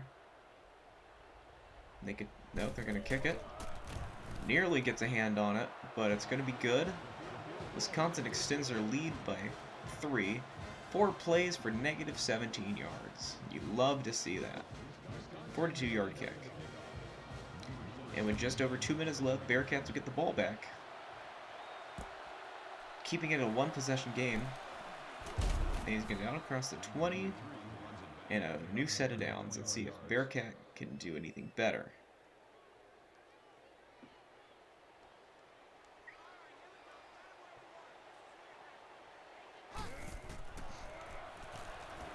Oh my god, he got picked off again.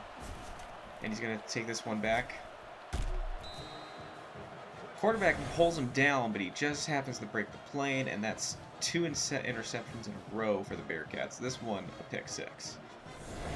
And Wisconsin out to an extremely hot start.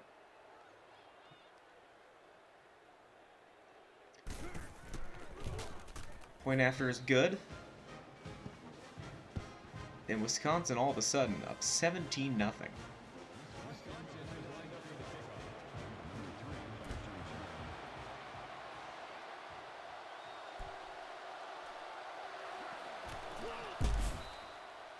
Let's see if Cincinnati can get something going on here before the half. All of a sudden down 2 touchdowns off 2 interceptions.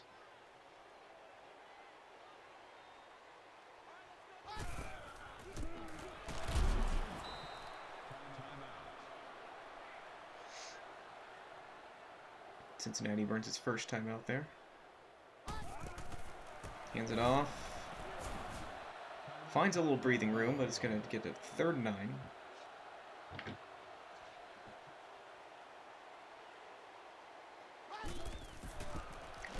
And a quick 3 and out there.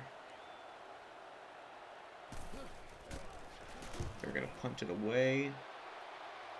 There's about 1:45 left on the clock. 1:47 to work with. Right near right outside the 40-yard line.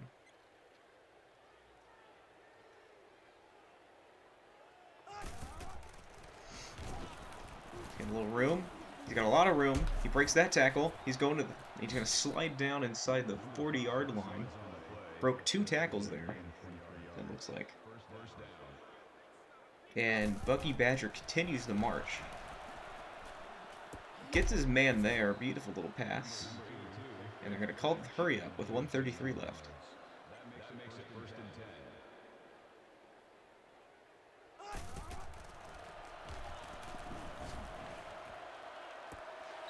Leaping catch out of bounds though. 2nd and 10.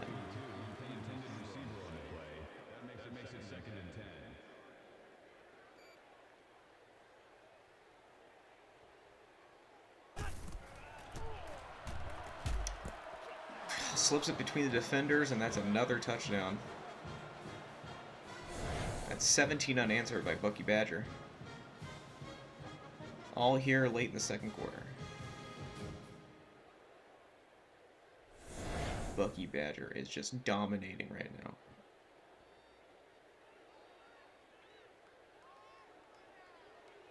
To go up 21, and it's good. Good thing for the Badgers here is it is very unlikely that they'll hit a 28-3 scenario, which we all know always ends in disaster for the team ahead. They'd have to score 2 safeties, which just having 1 safety in a game is pretty rare. Bearcats with the ball again, this time with 1:42 on the clock. Having thrown 2 interceptions now, back-to-back. No, 2 interceptions and a 3-0. He's going to get shoved down in the backfield. Clock continues to run, 2nd and 13.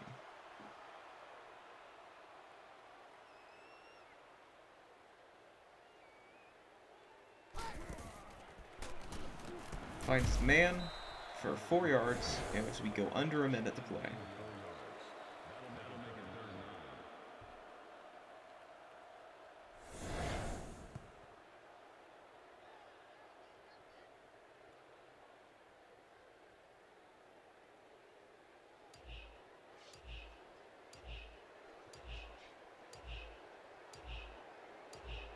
Run down the clock here, 3rd and 9.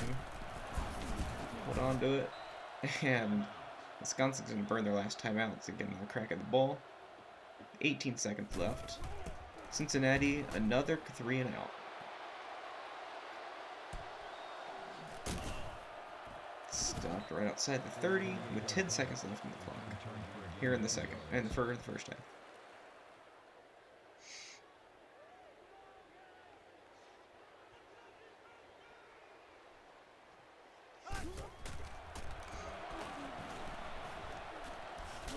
Man, quick completion across the middle, and looks like they'll have enough time for one last play. Completes it right at the 49-yard line, and time will expire on the first half. So, a bit of a blowout here in the first half, 24-3 in favor of Bucky Badger over the Muncie Cincinnati Bearcats. Bit of an abysmal start for the Bearcats, not gonna lie, but there are still 2 quarters of football to be played. Take a look at the NFL scoreboard. We've got no significant updates. Texans tightened up the Bengals at least. James now leads by 5 in the BBFL playoff. Closes the projected win-loss by 5. While Mykyta continues to dominate, up 143-53.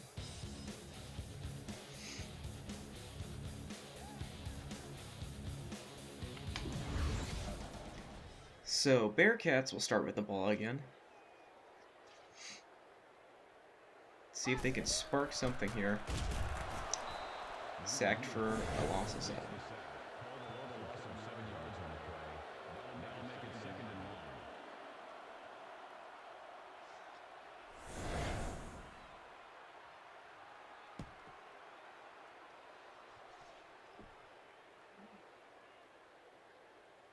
Second and 17 now for the Bearcats.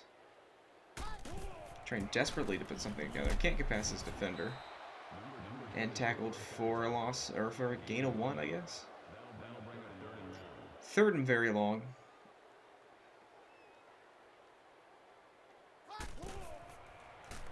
He's got the protection.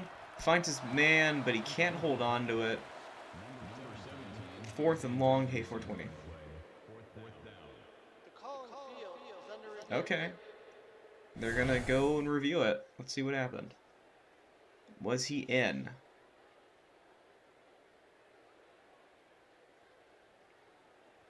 After review, the call on the field is overturned. Okay. So, it looks like they called it a catch, but out of bounds. So he just dropped the ball right away. But he did end up completing it. So they overturned it for a fresh set of downs near midfield. But then he gets tackled for a loss of 4. Lucky break for the Bearcats there.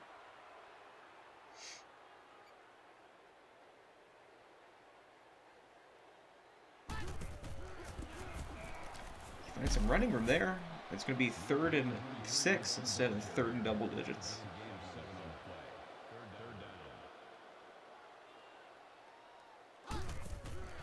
And the pocket just collapses around.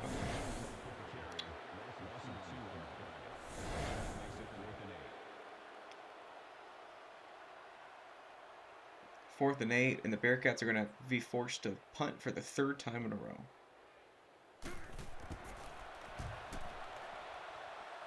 Their last 5 possessions have been interception, interception, punt, punt, punt. Just a pretty miserable showing by the Bearcats so far. Still time to turn around, but they really need to get something going here. Meanwhile, Lucky Badger.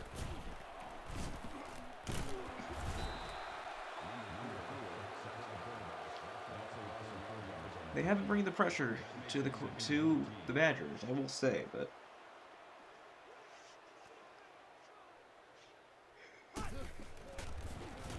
gets hit while throwing. That's an interception. And a great 1-2 punch there by the Badgers. Quarterback tried to get rid of it as pressure came, and the heads-up play by the defender to pick it off. Now Bearcats with their best field position of the day. At the 29-yard line.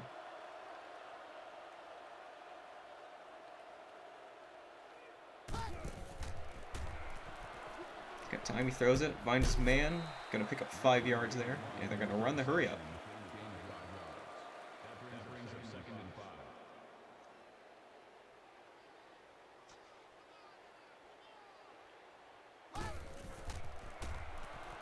Lofts it in the end zone, and he was too far.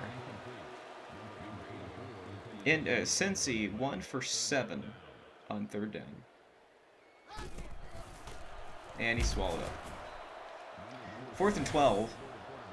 Down 21 in the 3rd quarter. Do you even bother going for the field goal? Sure, it's points, but in the long run, will it really matter?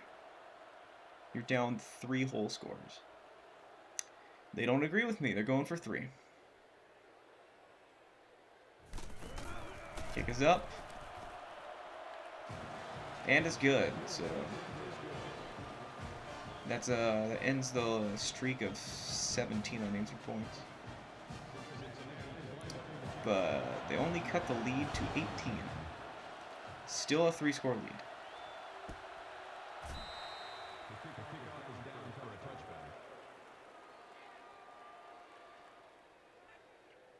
But who knows? Maybe they'll score 2 touchdowns, 2 two-point conversions, and a field goal to win it. And keep Wisconsin scoreless in that time. F for flip. Good tackle there in the backfield.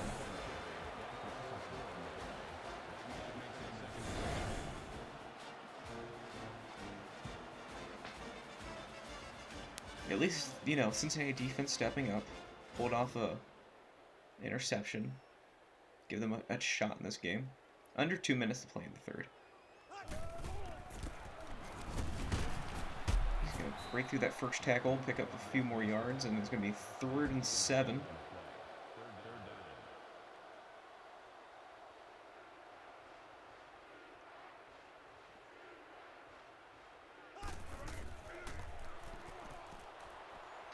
He's going to run it. He's got plenty of room, and he's going to slide down for a first down.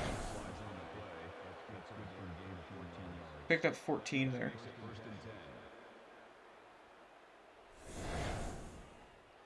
That might be Melvin Gordon, actually. I think he was there this year. I don't feel like looking it up again. Fresh set of downs for the Badgers here, and... Ooh. Can't even get the handoff off. 2nd and long now for Badgers.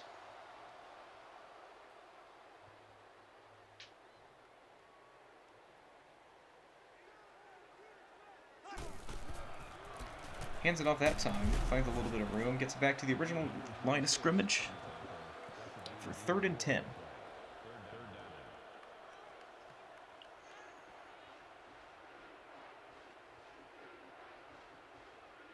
He's going to throw it.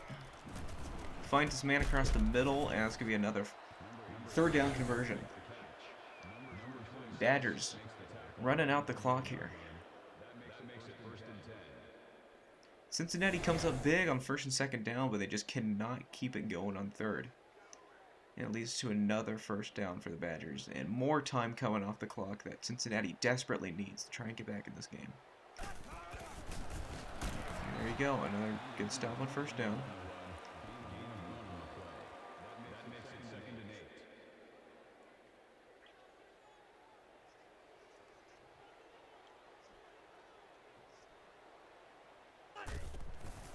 Hands it off, stops him. 3rd and 5. And then Wilson's going to hold off in the pocket to throw it. Cincinnati's going to converge. He's going to throw it and convert for the first down. Of course, that'll be in the 4th quarter because that's the end of the 3rd. After 3 quarters of play, it's 24-6 in favor of the Badgers. An 18-point deficit that we get up in the 4th quarter might be a tournament record. But Cincinnati does have a high-octane offense. They've scored 31 in all of their games so far. Maybe they can get back to that. It's only 25 points.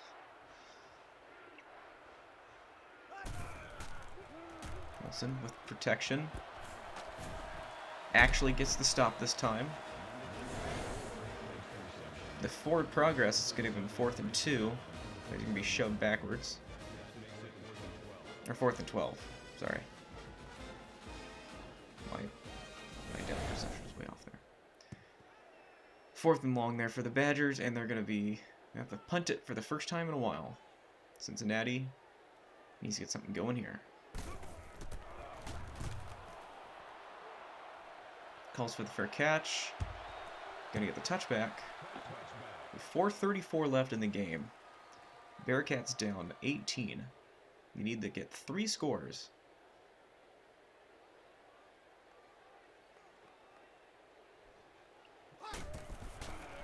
Gets the pass off in time, throws it away. Good heads-up play there. Defense was blitzing.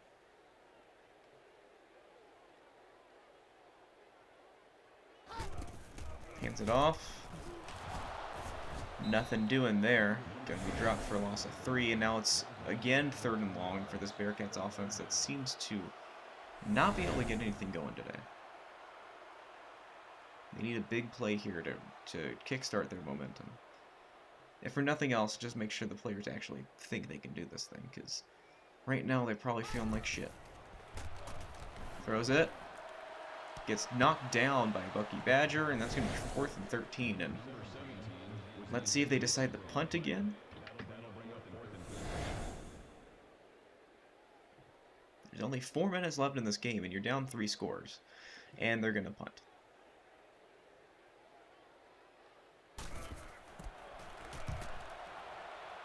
You kind of have to when you're in that field position, but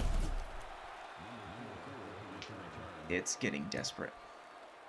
And yeah, as Evan says, they just keep running draws. 4 minutes and 1 second left to play. Bearcats down 18. Need to come up with something big here.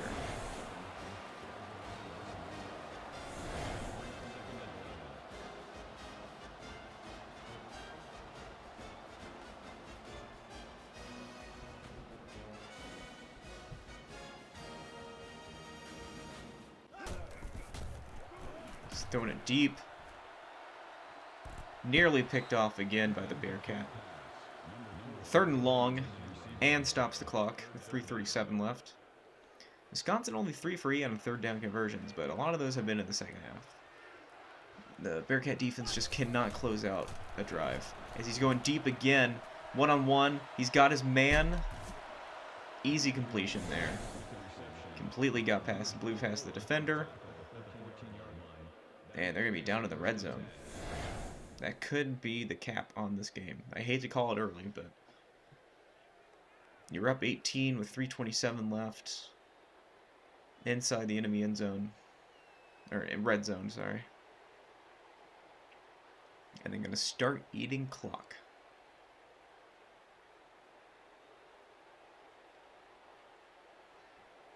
They'll probably take this down under 3 minutes ago. And Cincinnati will be desperate for a miracle.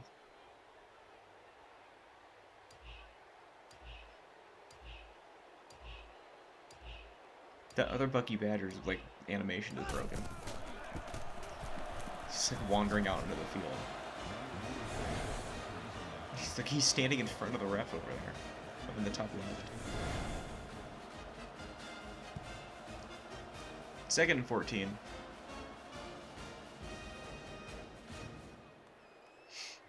See, look at him go. He's getting closer. Alright, he stopped. No, here he comes again. See, look at him. Over there at the very top. Is he drunk? He keeps restarting his cycle and keeps walking further and further. He's not used to them eating clock down here. Look at him go. He's in front of the ref. Oh, he's gonna... Alright. He's gonna keep it. He's gonna run it. And... walks it right into the end zone. And Bucky Badgers now up 30-6. Which is a 24-point deficit, and that might be 2nd place for the toilet bowl now. That's 24. 24. About to be 25.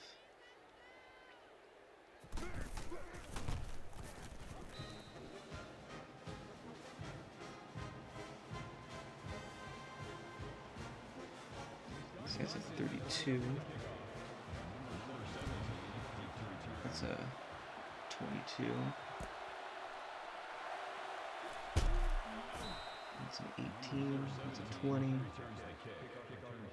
22.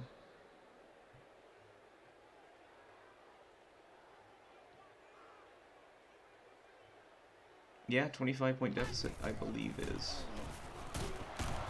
the 2nd largest now. Should this score stand, Cincinnati will be facing the Cardnyls in the Toilet Bowl on Tuesday. Completes that for a first down. First time we've seen that in a long time. With 140 on the play.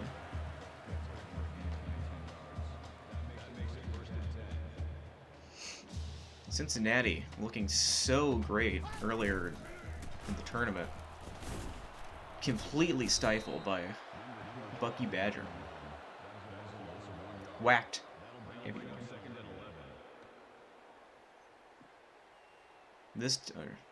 If Cincinnati can score, they can stay out of the toilet bowl. They're up 25. I think the next closest is 24 or 23. Even a field goal. Take them out of contention. He's going deep.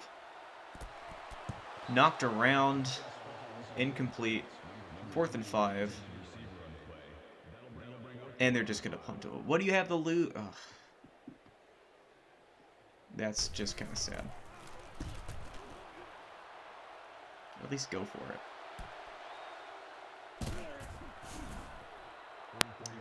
This might be our quickest game on record.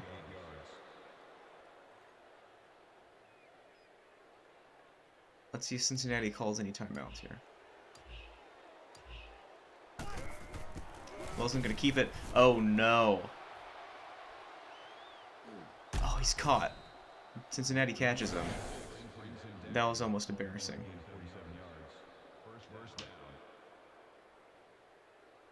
That was almost very embarrassing. Bucky Badger. Quite literally running away with it. Cincinnati not using any timeouts.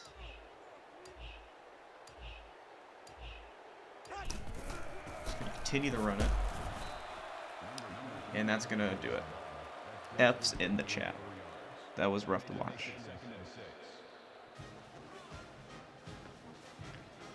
Bearcats suffer their first loss.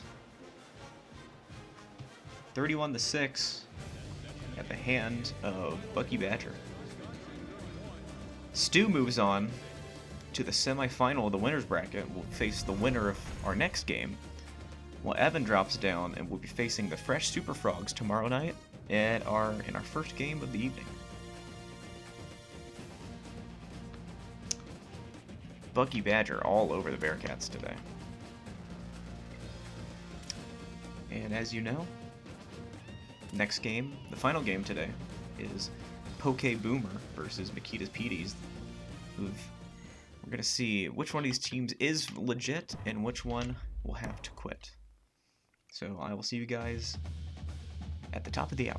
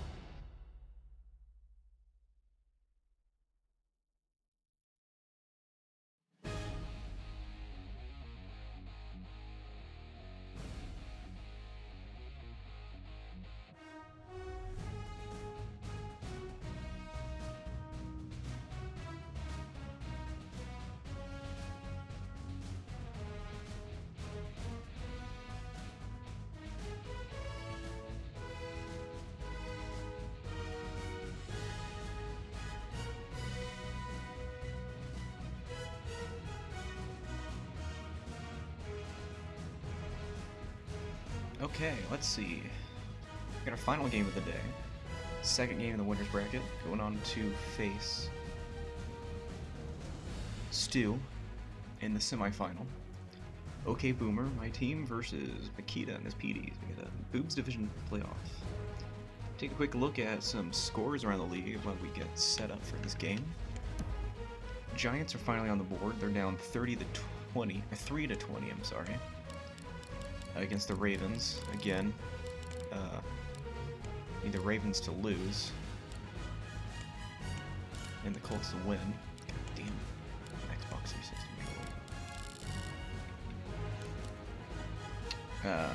to clinch a playoff spot. Jets further throwing away their tank, winning 20 to 3 over the Browns, which is just embarrassing for the Browns too. Bears over Jags, 20 to 10. Tie game in Kansas City between the Falcons and Chiefs. Same thing in Houston between the Bengals and the Texans.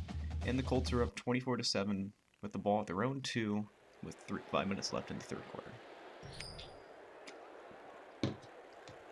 BBFL score update.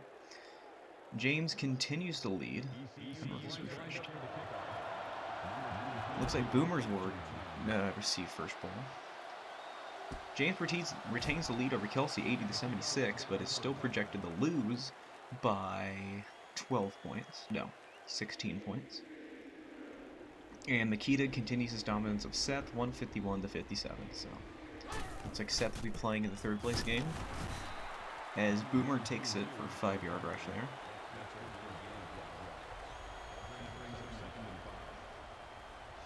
Poké Boomer had a thrilling game against the fresh Superfrogs in the last round, winning 27 to 24.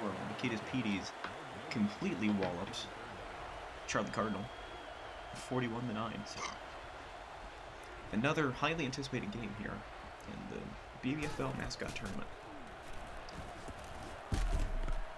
Quick pass there for a first down, and Boomer's going to run the hurry up.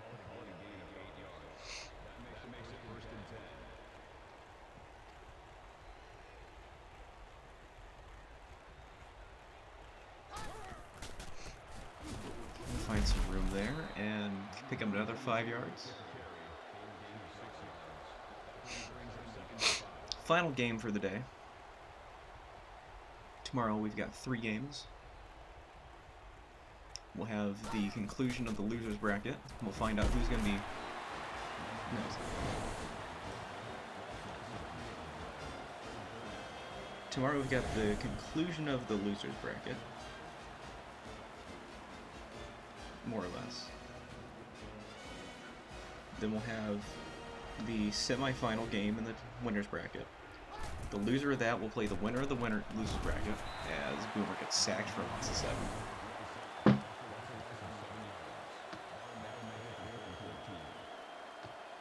The loser of the winners bracket will face the winner of the losers bracket. Winner of that game will go on Wednesday to play in the final, after the toilet bowl, of course, and then the grand final, should we need it, will be directly after that. So we've got 3 more days of football after this.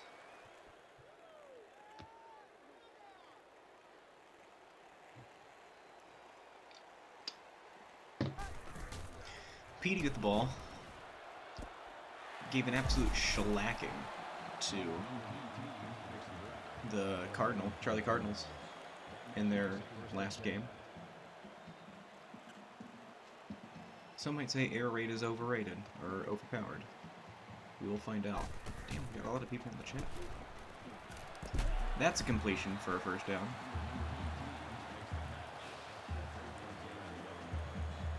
This is definitely the biggest group we've had so far, so thanks everybody for joining. And Boomer with a pick. Let's go. I am a little I will say I'm coming into this with a lot of bias because Boomer is my team, but I also have no direct control over the game. See, look, hands are up. They're not under control. Boomer, big pick there. Gets the ball back. Showing ECU they're here to fight. We'll run up the gut for a gain of 1. Not a good start.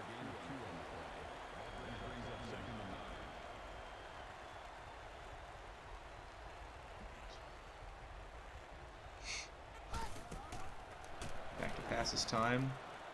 Just gets his man on the tightrope for a big first down. Right at midfield.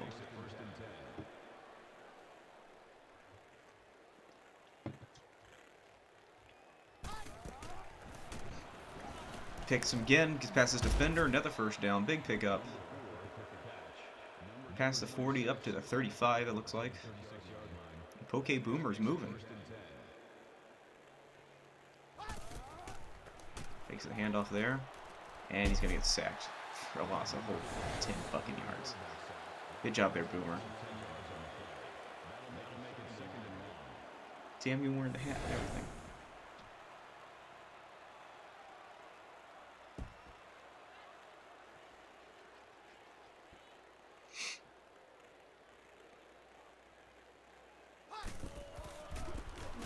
With a handoff on 2nd and 20. Pro strat.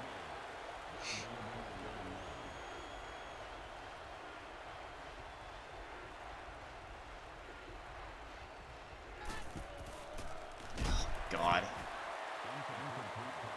That's just embarrassing. Well, at least it's 420.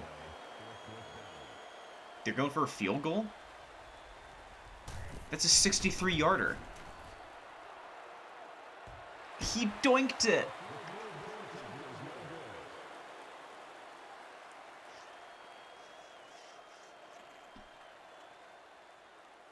He goes for the 63 and he doinks it. Jesus Christ. That would tie the actual life NCAA record. As Petey's airing it out. Almost picked off again. Good defense there by the Boomers.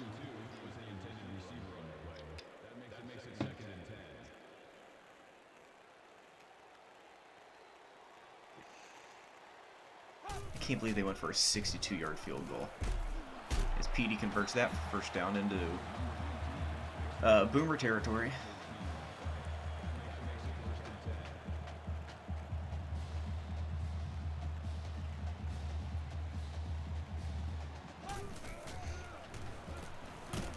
Just gets it off in time, but also gets swatted down. 2nd and 10.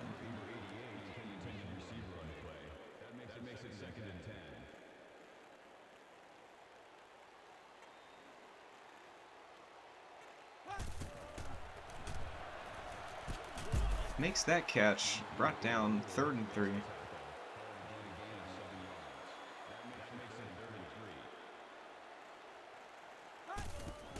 Going with the handoff, and he's going to get stuffed. 4th and 2. Good stop by the Boomers there, and we've got a mad lad play, folks. PD going for it on 4th and 2. He's got some time. And he gets picked off. Boomer, still on his feet. Gets it out to about the 30-yard line. And PD, once again, coming up empty. 2 picks in a row. 2 drives ended by picks, I should say.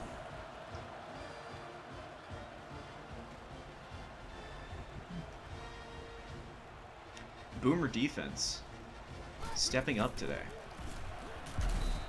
And he's going to lunge forward to get that extra yard. 2nd and 1. Hurry up, offense.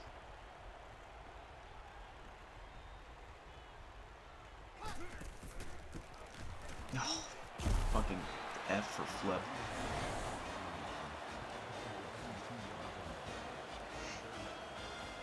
He was going to get crushed anyways. 3rd and 2.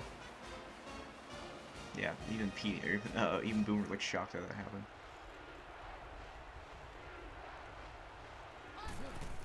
Handoff, gets it, finds some room, breaks a tackle, and gets it out past the 45-yard line into PD territory. What a pickup.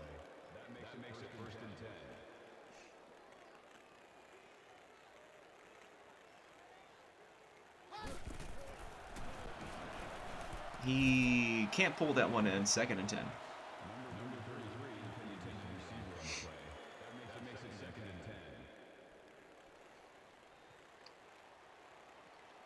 least if they get stuck with a field goal, they'll be a little closer for the kick. Oh, shit. And he's gone.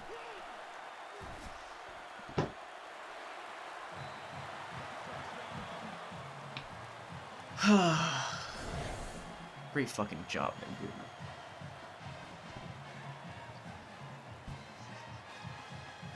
Coughs it up. Scoop and scramble for 6. And PD goes on top 6-0.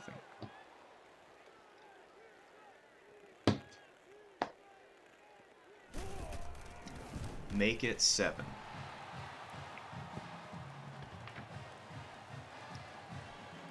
P to the Pirate up 7-0 here in the at the end of the first quarter.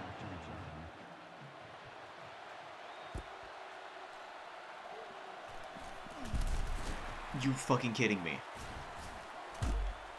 He fumbled the kickoff.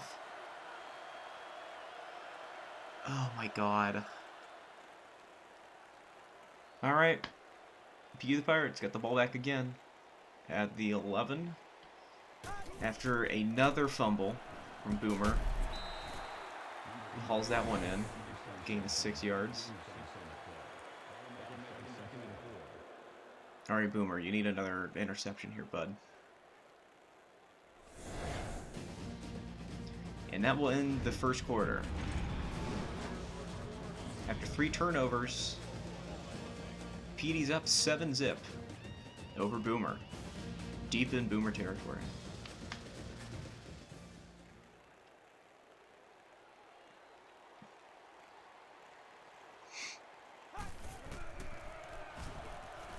Pass knocked down, 3rd and 4.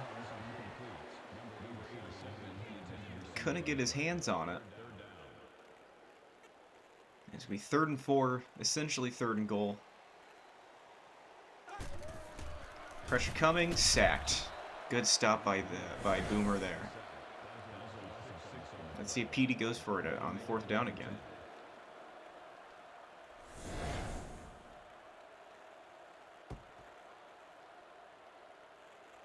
Nope, they're going to settle for the field goal.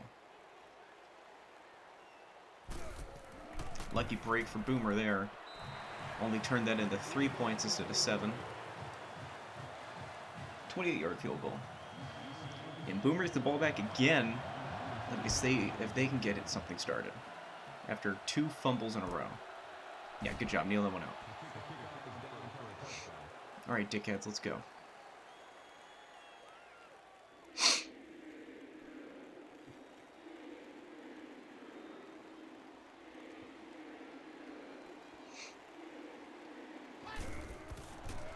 Going to the air. He's got time. Throws it. To nobody. Probably could have just ran that. Looked like he had some space to move.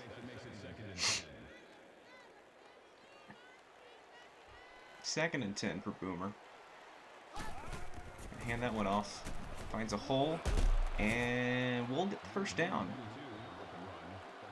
And they're going to run in the hurry up here.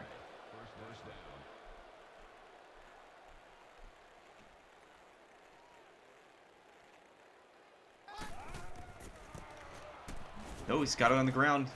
Out past midfield and pulled down just inside the 45-yard line. And Boomer finding success through the air and on the ground. Can they turn this into points, though? Already doinked 1 field goal. Granted, it was a 63-yarder, but if he's got the leg, not getting through that time. 2nd and 9.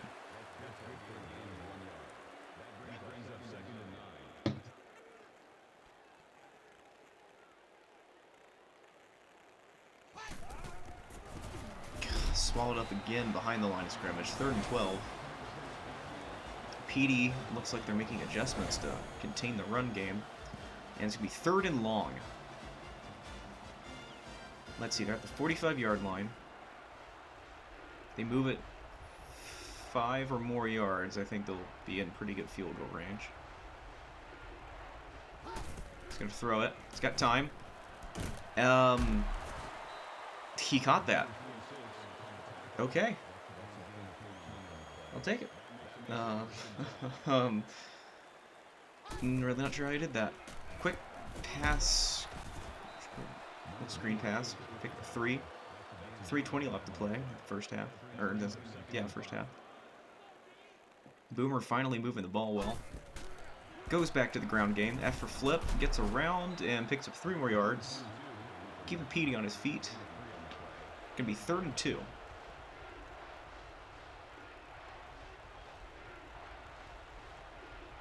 Under 3 minutes to play. Gets through, and we got another first down into the red zone here. Boomer's starting to mix up between passing and running. Petey doesn't know how to react, keeping on their toes with the hurry-up offense. They broke through on that one, though.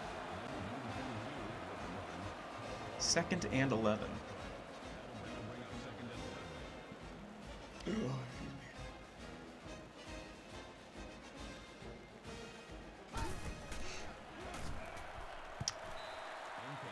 Overthrows his man there for 3rd and 11, stopping the clock at 2:32 in the first half. OU 4th for 6 on convert 3rd down today. He's gonna fake the handoff. He's got a little bit of time. Feeling the pressure. Puts it up. Don't know why he put it up there. Ended up being like triple coverage. It's gonna be 4th down. Really don't know what's going on in that play. So we're going to settle for the field goal. Looks to be about a 35-yarder. It's up, and it is good. From 35 yards out. OU puts one through to make it 10-3. Trying to make it to the semifinal of the winner's bracket. For a shot to go up against. I just watched it. Stu and his Badger Whackers. That's who it is. Petey with the ball. Quick pass across the middle for a gain of 4. As the clock continues to count down to 2 minutes remaining.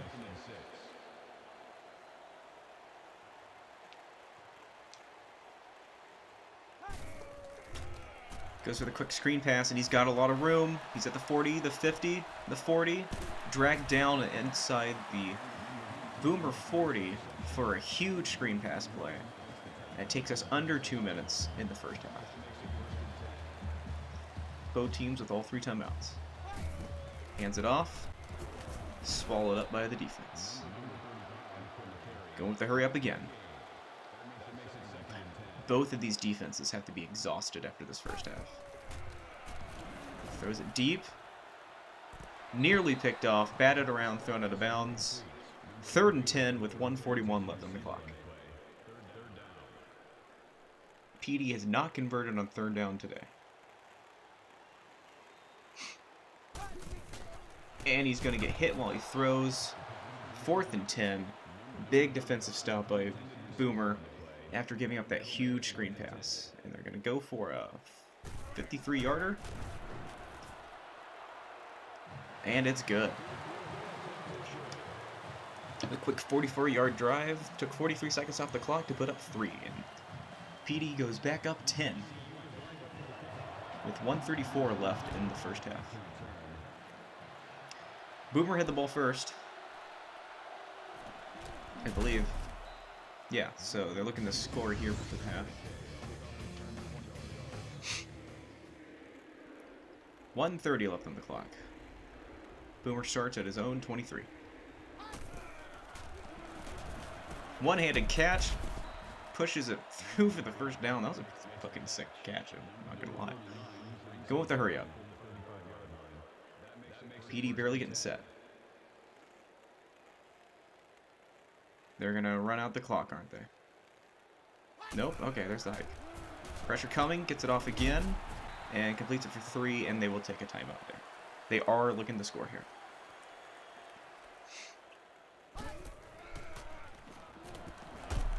Same story there. Another completion for 4 yards.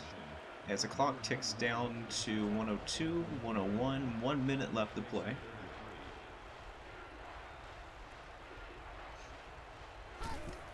Throwing again. Gets his man and he bobbles it. He's going to stop the clock at 52 seconds left, and Boomer's going to punt it.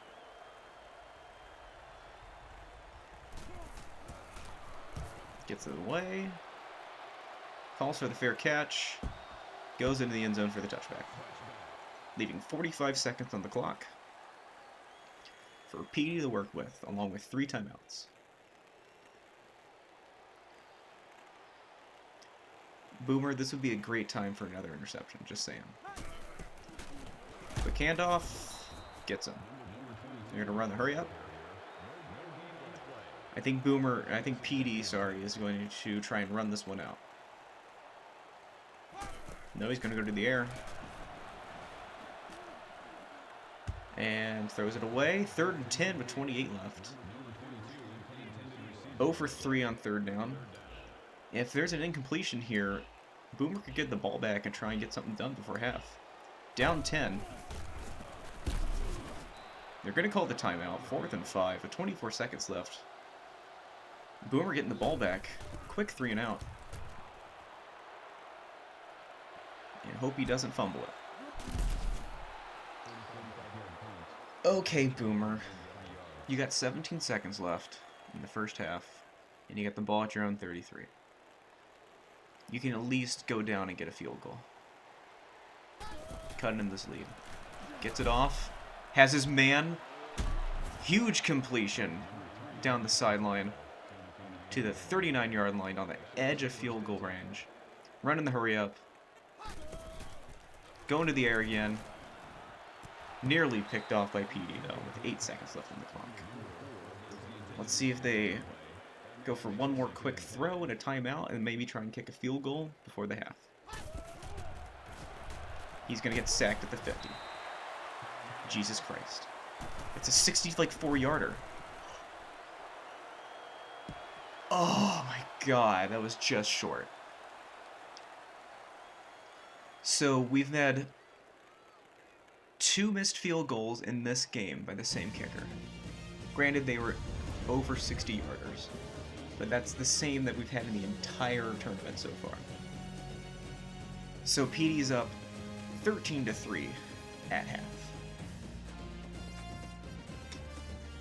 It's a pretty exciting game so far.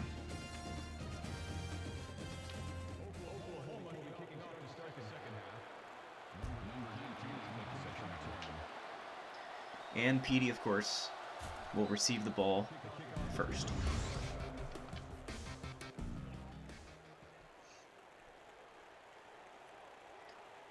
Petey up 10, beginning the 3rd quarter. Butterfingers that.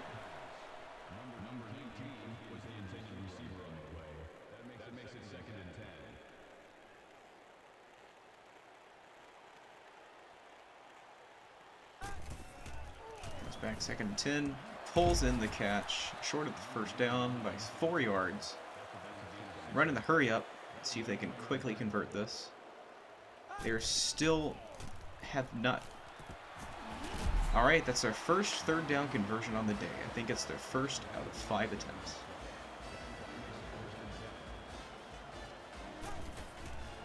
Pressure coming, gets around his defender, and gets dragged forward for a 1st down.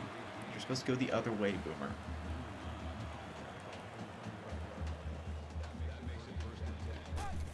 Another 1st down.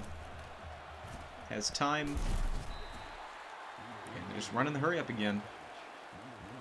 Boomer's got to make a stop somewhere here. Looks like they're going to crash in. Another completion across the middle and another hurry up. I'm getting exhausted just watching this. Man in motion.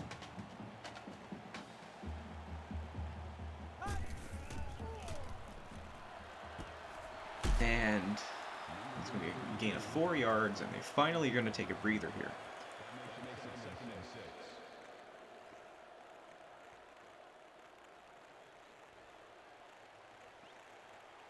.10-point game here at Schumann Stadium.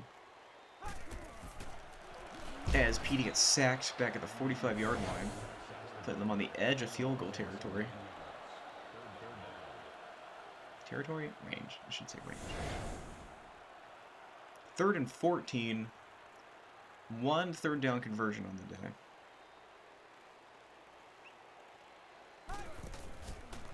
They bring the pressure. He pulled that in?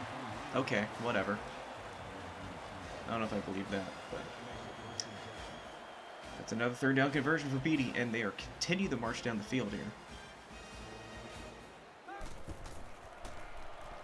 All of a sudden, Boomer cannot get any pressure on the quarterback. They got that 1 sack, but that's the only time they pressured him on this drive. And they continue the march down the field.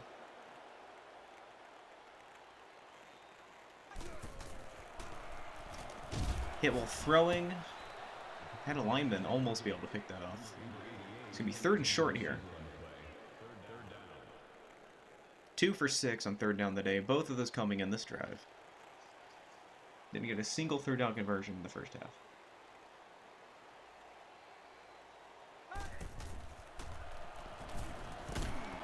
Wow. What a catch that was. See that again? I do not know how he held on to that, but that means Petey's now up. What is that, 16? Yeah, 16 points. Make it 17.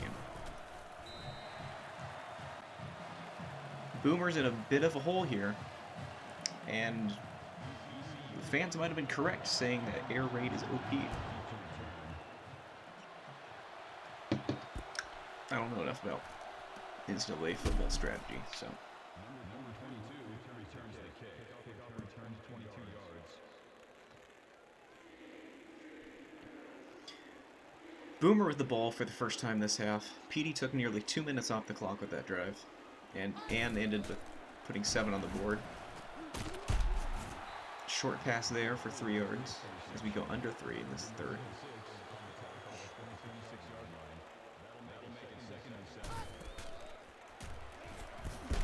Another completion for another short pass.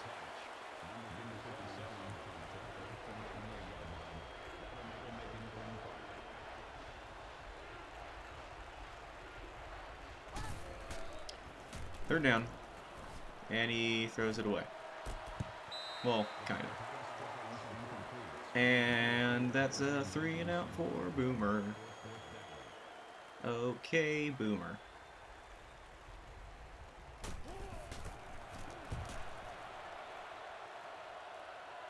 Strip him or something.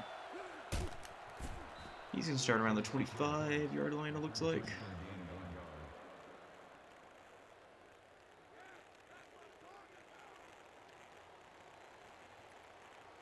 I don't see how you can run an air raid offense with an eye patch on. You have no depth perception.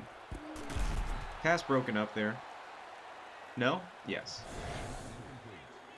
Number 27 breaks it up. That makes it 2nd and 10.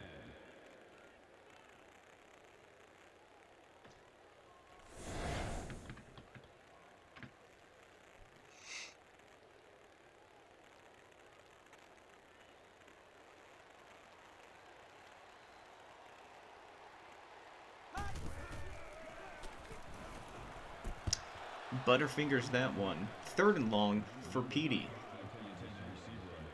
This is the break that Boomer needs right now.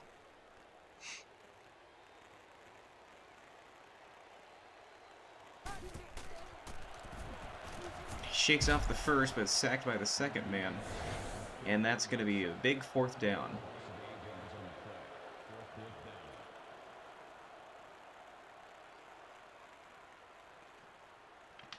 Finally, a good stop by Boomer there. Trying to control the bleeding. Down 17 in the 3rd quarter. Boomer should have good field position here. Out past the 35-yard line.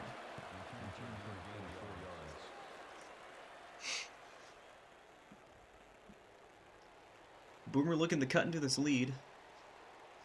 Still a lot of football left, but you gotta be concerned when you're down 17. It's a rush for about 11 yards. Call it. And they're going to run the hurry up. He's going to get a couple yards out of that.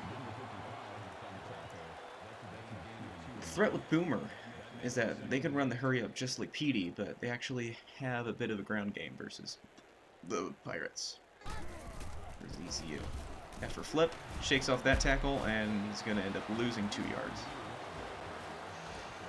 3rd and 10, with under a minute and a half left in the 3rd quarter. Boomer needs a pickup here. If only to show that they're still alive. He's going deep. He's got a man. Pulls it in. Oh, he gets short, just short of the goal line. They're going to run the hurry up here. 1st and goal from the 4-yard line. He had 2 men open past defenders. That should have definitely, absolutely been a touchdown. Pitch. He's got to block another one. Not quite enough. 2nd and goal. Picked up a couple yards there. They're trying to look in the straight quick. See if they just punch it in. Nope, nope. Back to the sideline. And do not march all the way down here and settle for a field goal.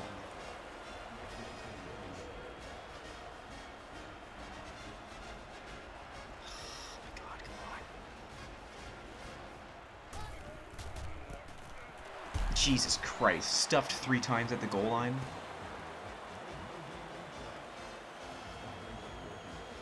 Alright, well this makes it a 2-score lead if he hits it. And it's good. Cuts the lead to 14. Boomer finally driving down the field, but settles for a field goal after a goal line stand by Petey.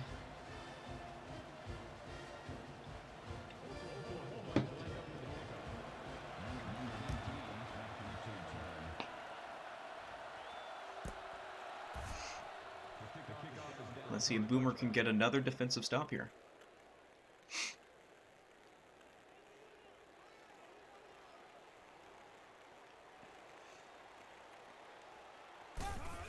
Hand it off. Stopped at the line of scrimmage. He's going to pick up 1 there. The clock is still running as they run hurry up.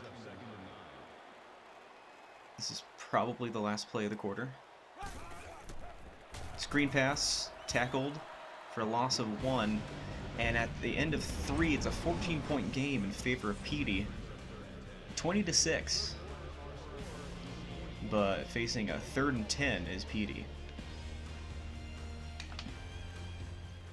Both teams with all 3 timeouts. Petey 3rd and 10 from their own 20. Hands it off. Finds 6 yards out of that, but will be punting it away. Barring some mad lad play. They are not going to start grinding down the clock. It's good for Boomer. Gonna take it. Gets it out past the 30. And Boomer takes over, down 2 touchdowns, with 4:38 left in the game. Season on the line.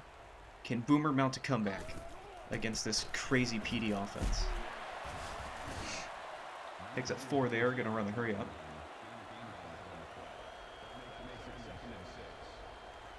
PD having trouble getting set. Boomer's giving him more time now. He's got time. He's going. Boomer goes deep. He pulls it off.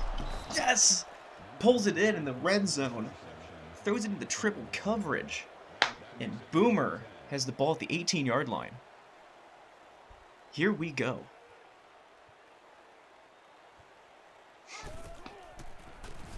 Got some time. He's gonna try and run it. Get caught up by one of the linemen there. He's gonna end up losing a yard.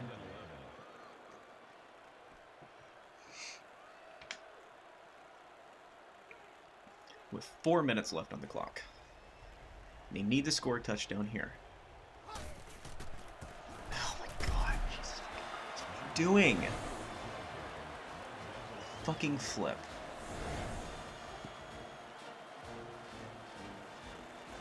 Let's go. 3rd and 15. You really have to get the touchdown here. You really have to go for it. You're down 14 points in the fourth. He's going for the end zone. And it's bobbled around, dropped, and that's going to be 4th and 15. Now, do they go for it here? They are. Maybe the biggest Mad Lad play of the tournament. 4th and 15. And he gets it! And it's a touchdown! Yes! The maddest of Lad plays of 4th and 15 for a touchdown. And Boomer's back in this bitch. Wow. Cuts the lead to 8, looking to make it 7. It's good. It's now a 7-point game, folks. 3:29 left in the clock. And Boomer's defense stepping up. Boomer's offense stepping up finally. And let's see what Petey can do. How will he respond? Returns it out past the 20.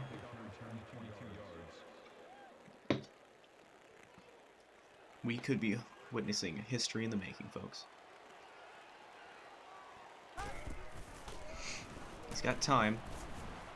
He's still got time. Pass deflected by that defender. I don't know. Like, he jumped and it hit him right in the gut. Man, I'm getting all antsy. It's my team. 2nd and 10. Going to the air again. Feeling pressure.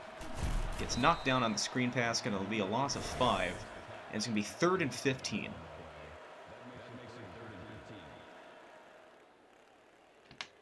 Good if you're a Boomer fan. Not good if you're a Petey fan.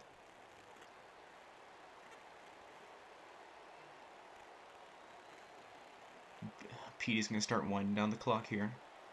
Chew up as much of the clock as they can as we go under 3 minutes. Smart play. Both teams still with 3 timeouts, so even if Boomer doesn't score on this one, they could still maybe pull a 3 and out with their timeouts and have a little bit of time left to try and score. 3rd and 15.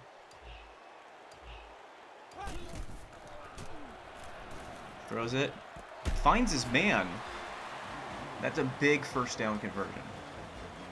That's huge for Petey. It's at the 46, on the 46-yard line. And they're going to wind this down to just... No, they're going to snap it. And he's going to get sacked. 4th one for the day. 2nd and 16. And Boomer's going to take his first time out here. 2nd and long. Pressure coming. Scrambles. Taken down. And Boomer's going to use its 2nd timeout here. With 2:12 left on the clock.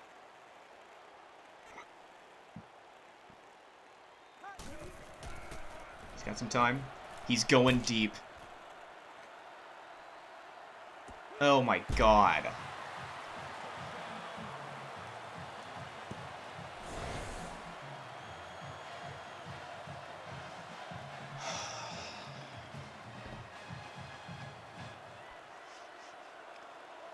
Blown coverage.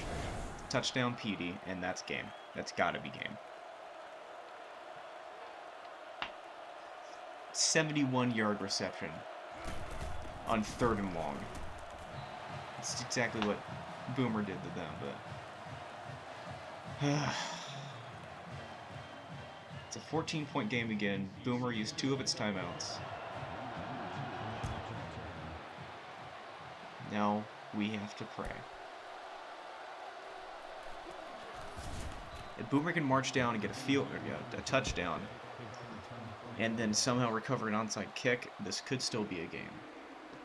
Otherwise, there is no time left.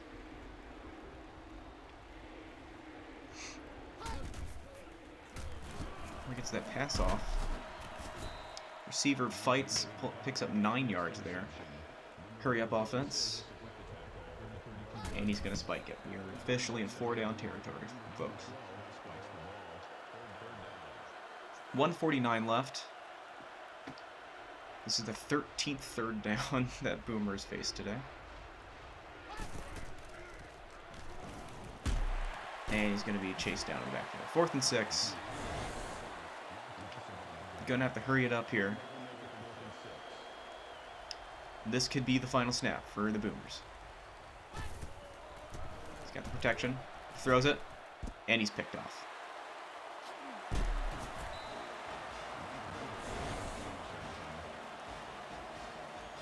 How fucking appropriate. Alright, well, yeah, that's game.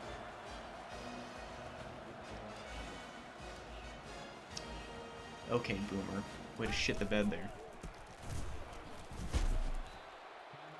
Yeah, call your timeout, whatever. Let's go. End this.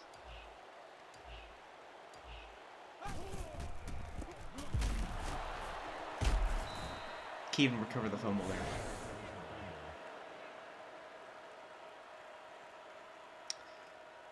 Yeah, that's game.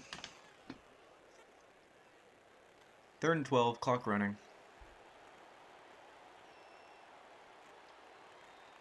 At least Boomer's not in contention for the toilet bowl. They can take this down to about, like, the 50. No, the 40. Almost the 40.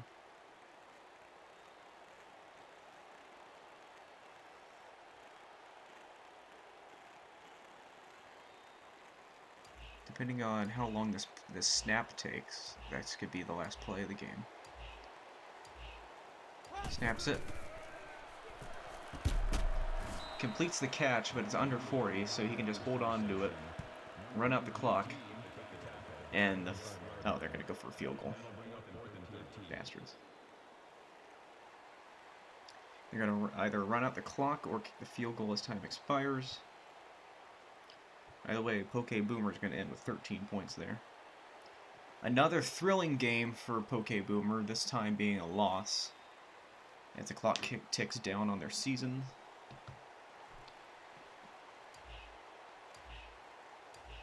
They're going to kick it to rub it in.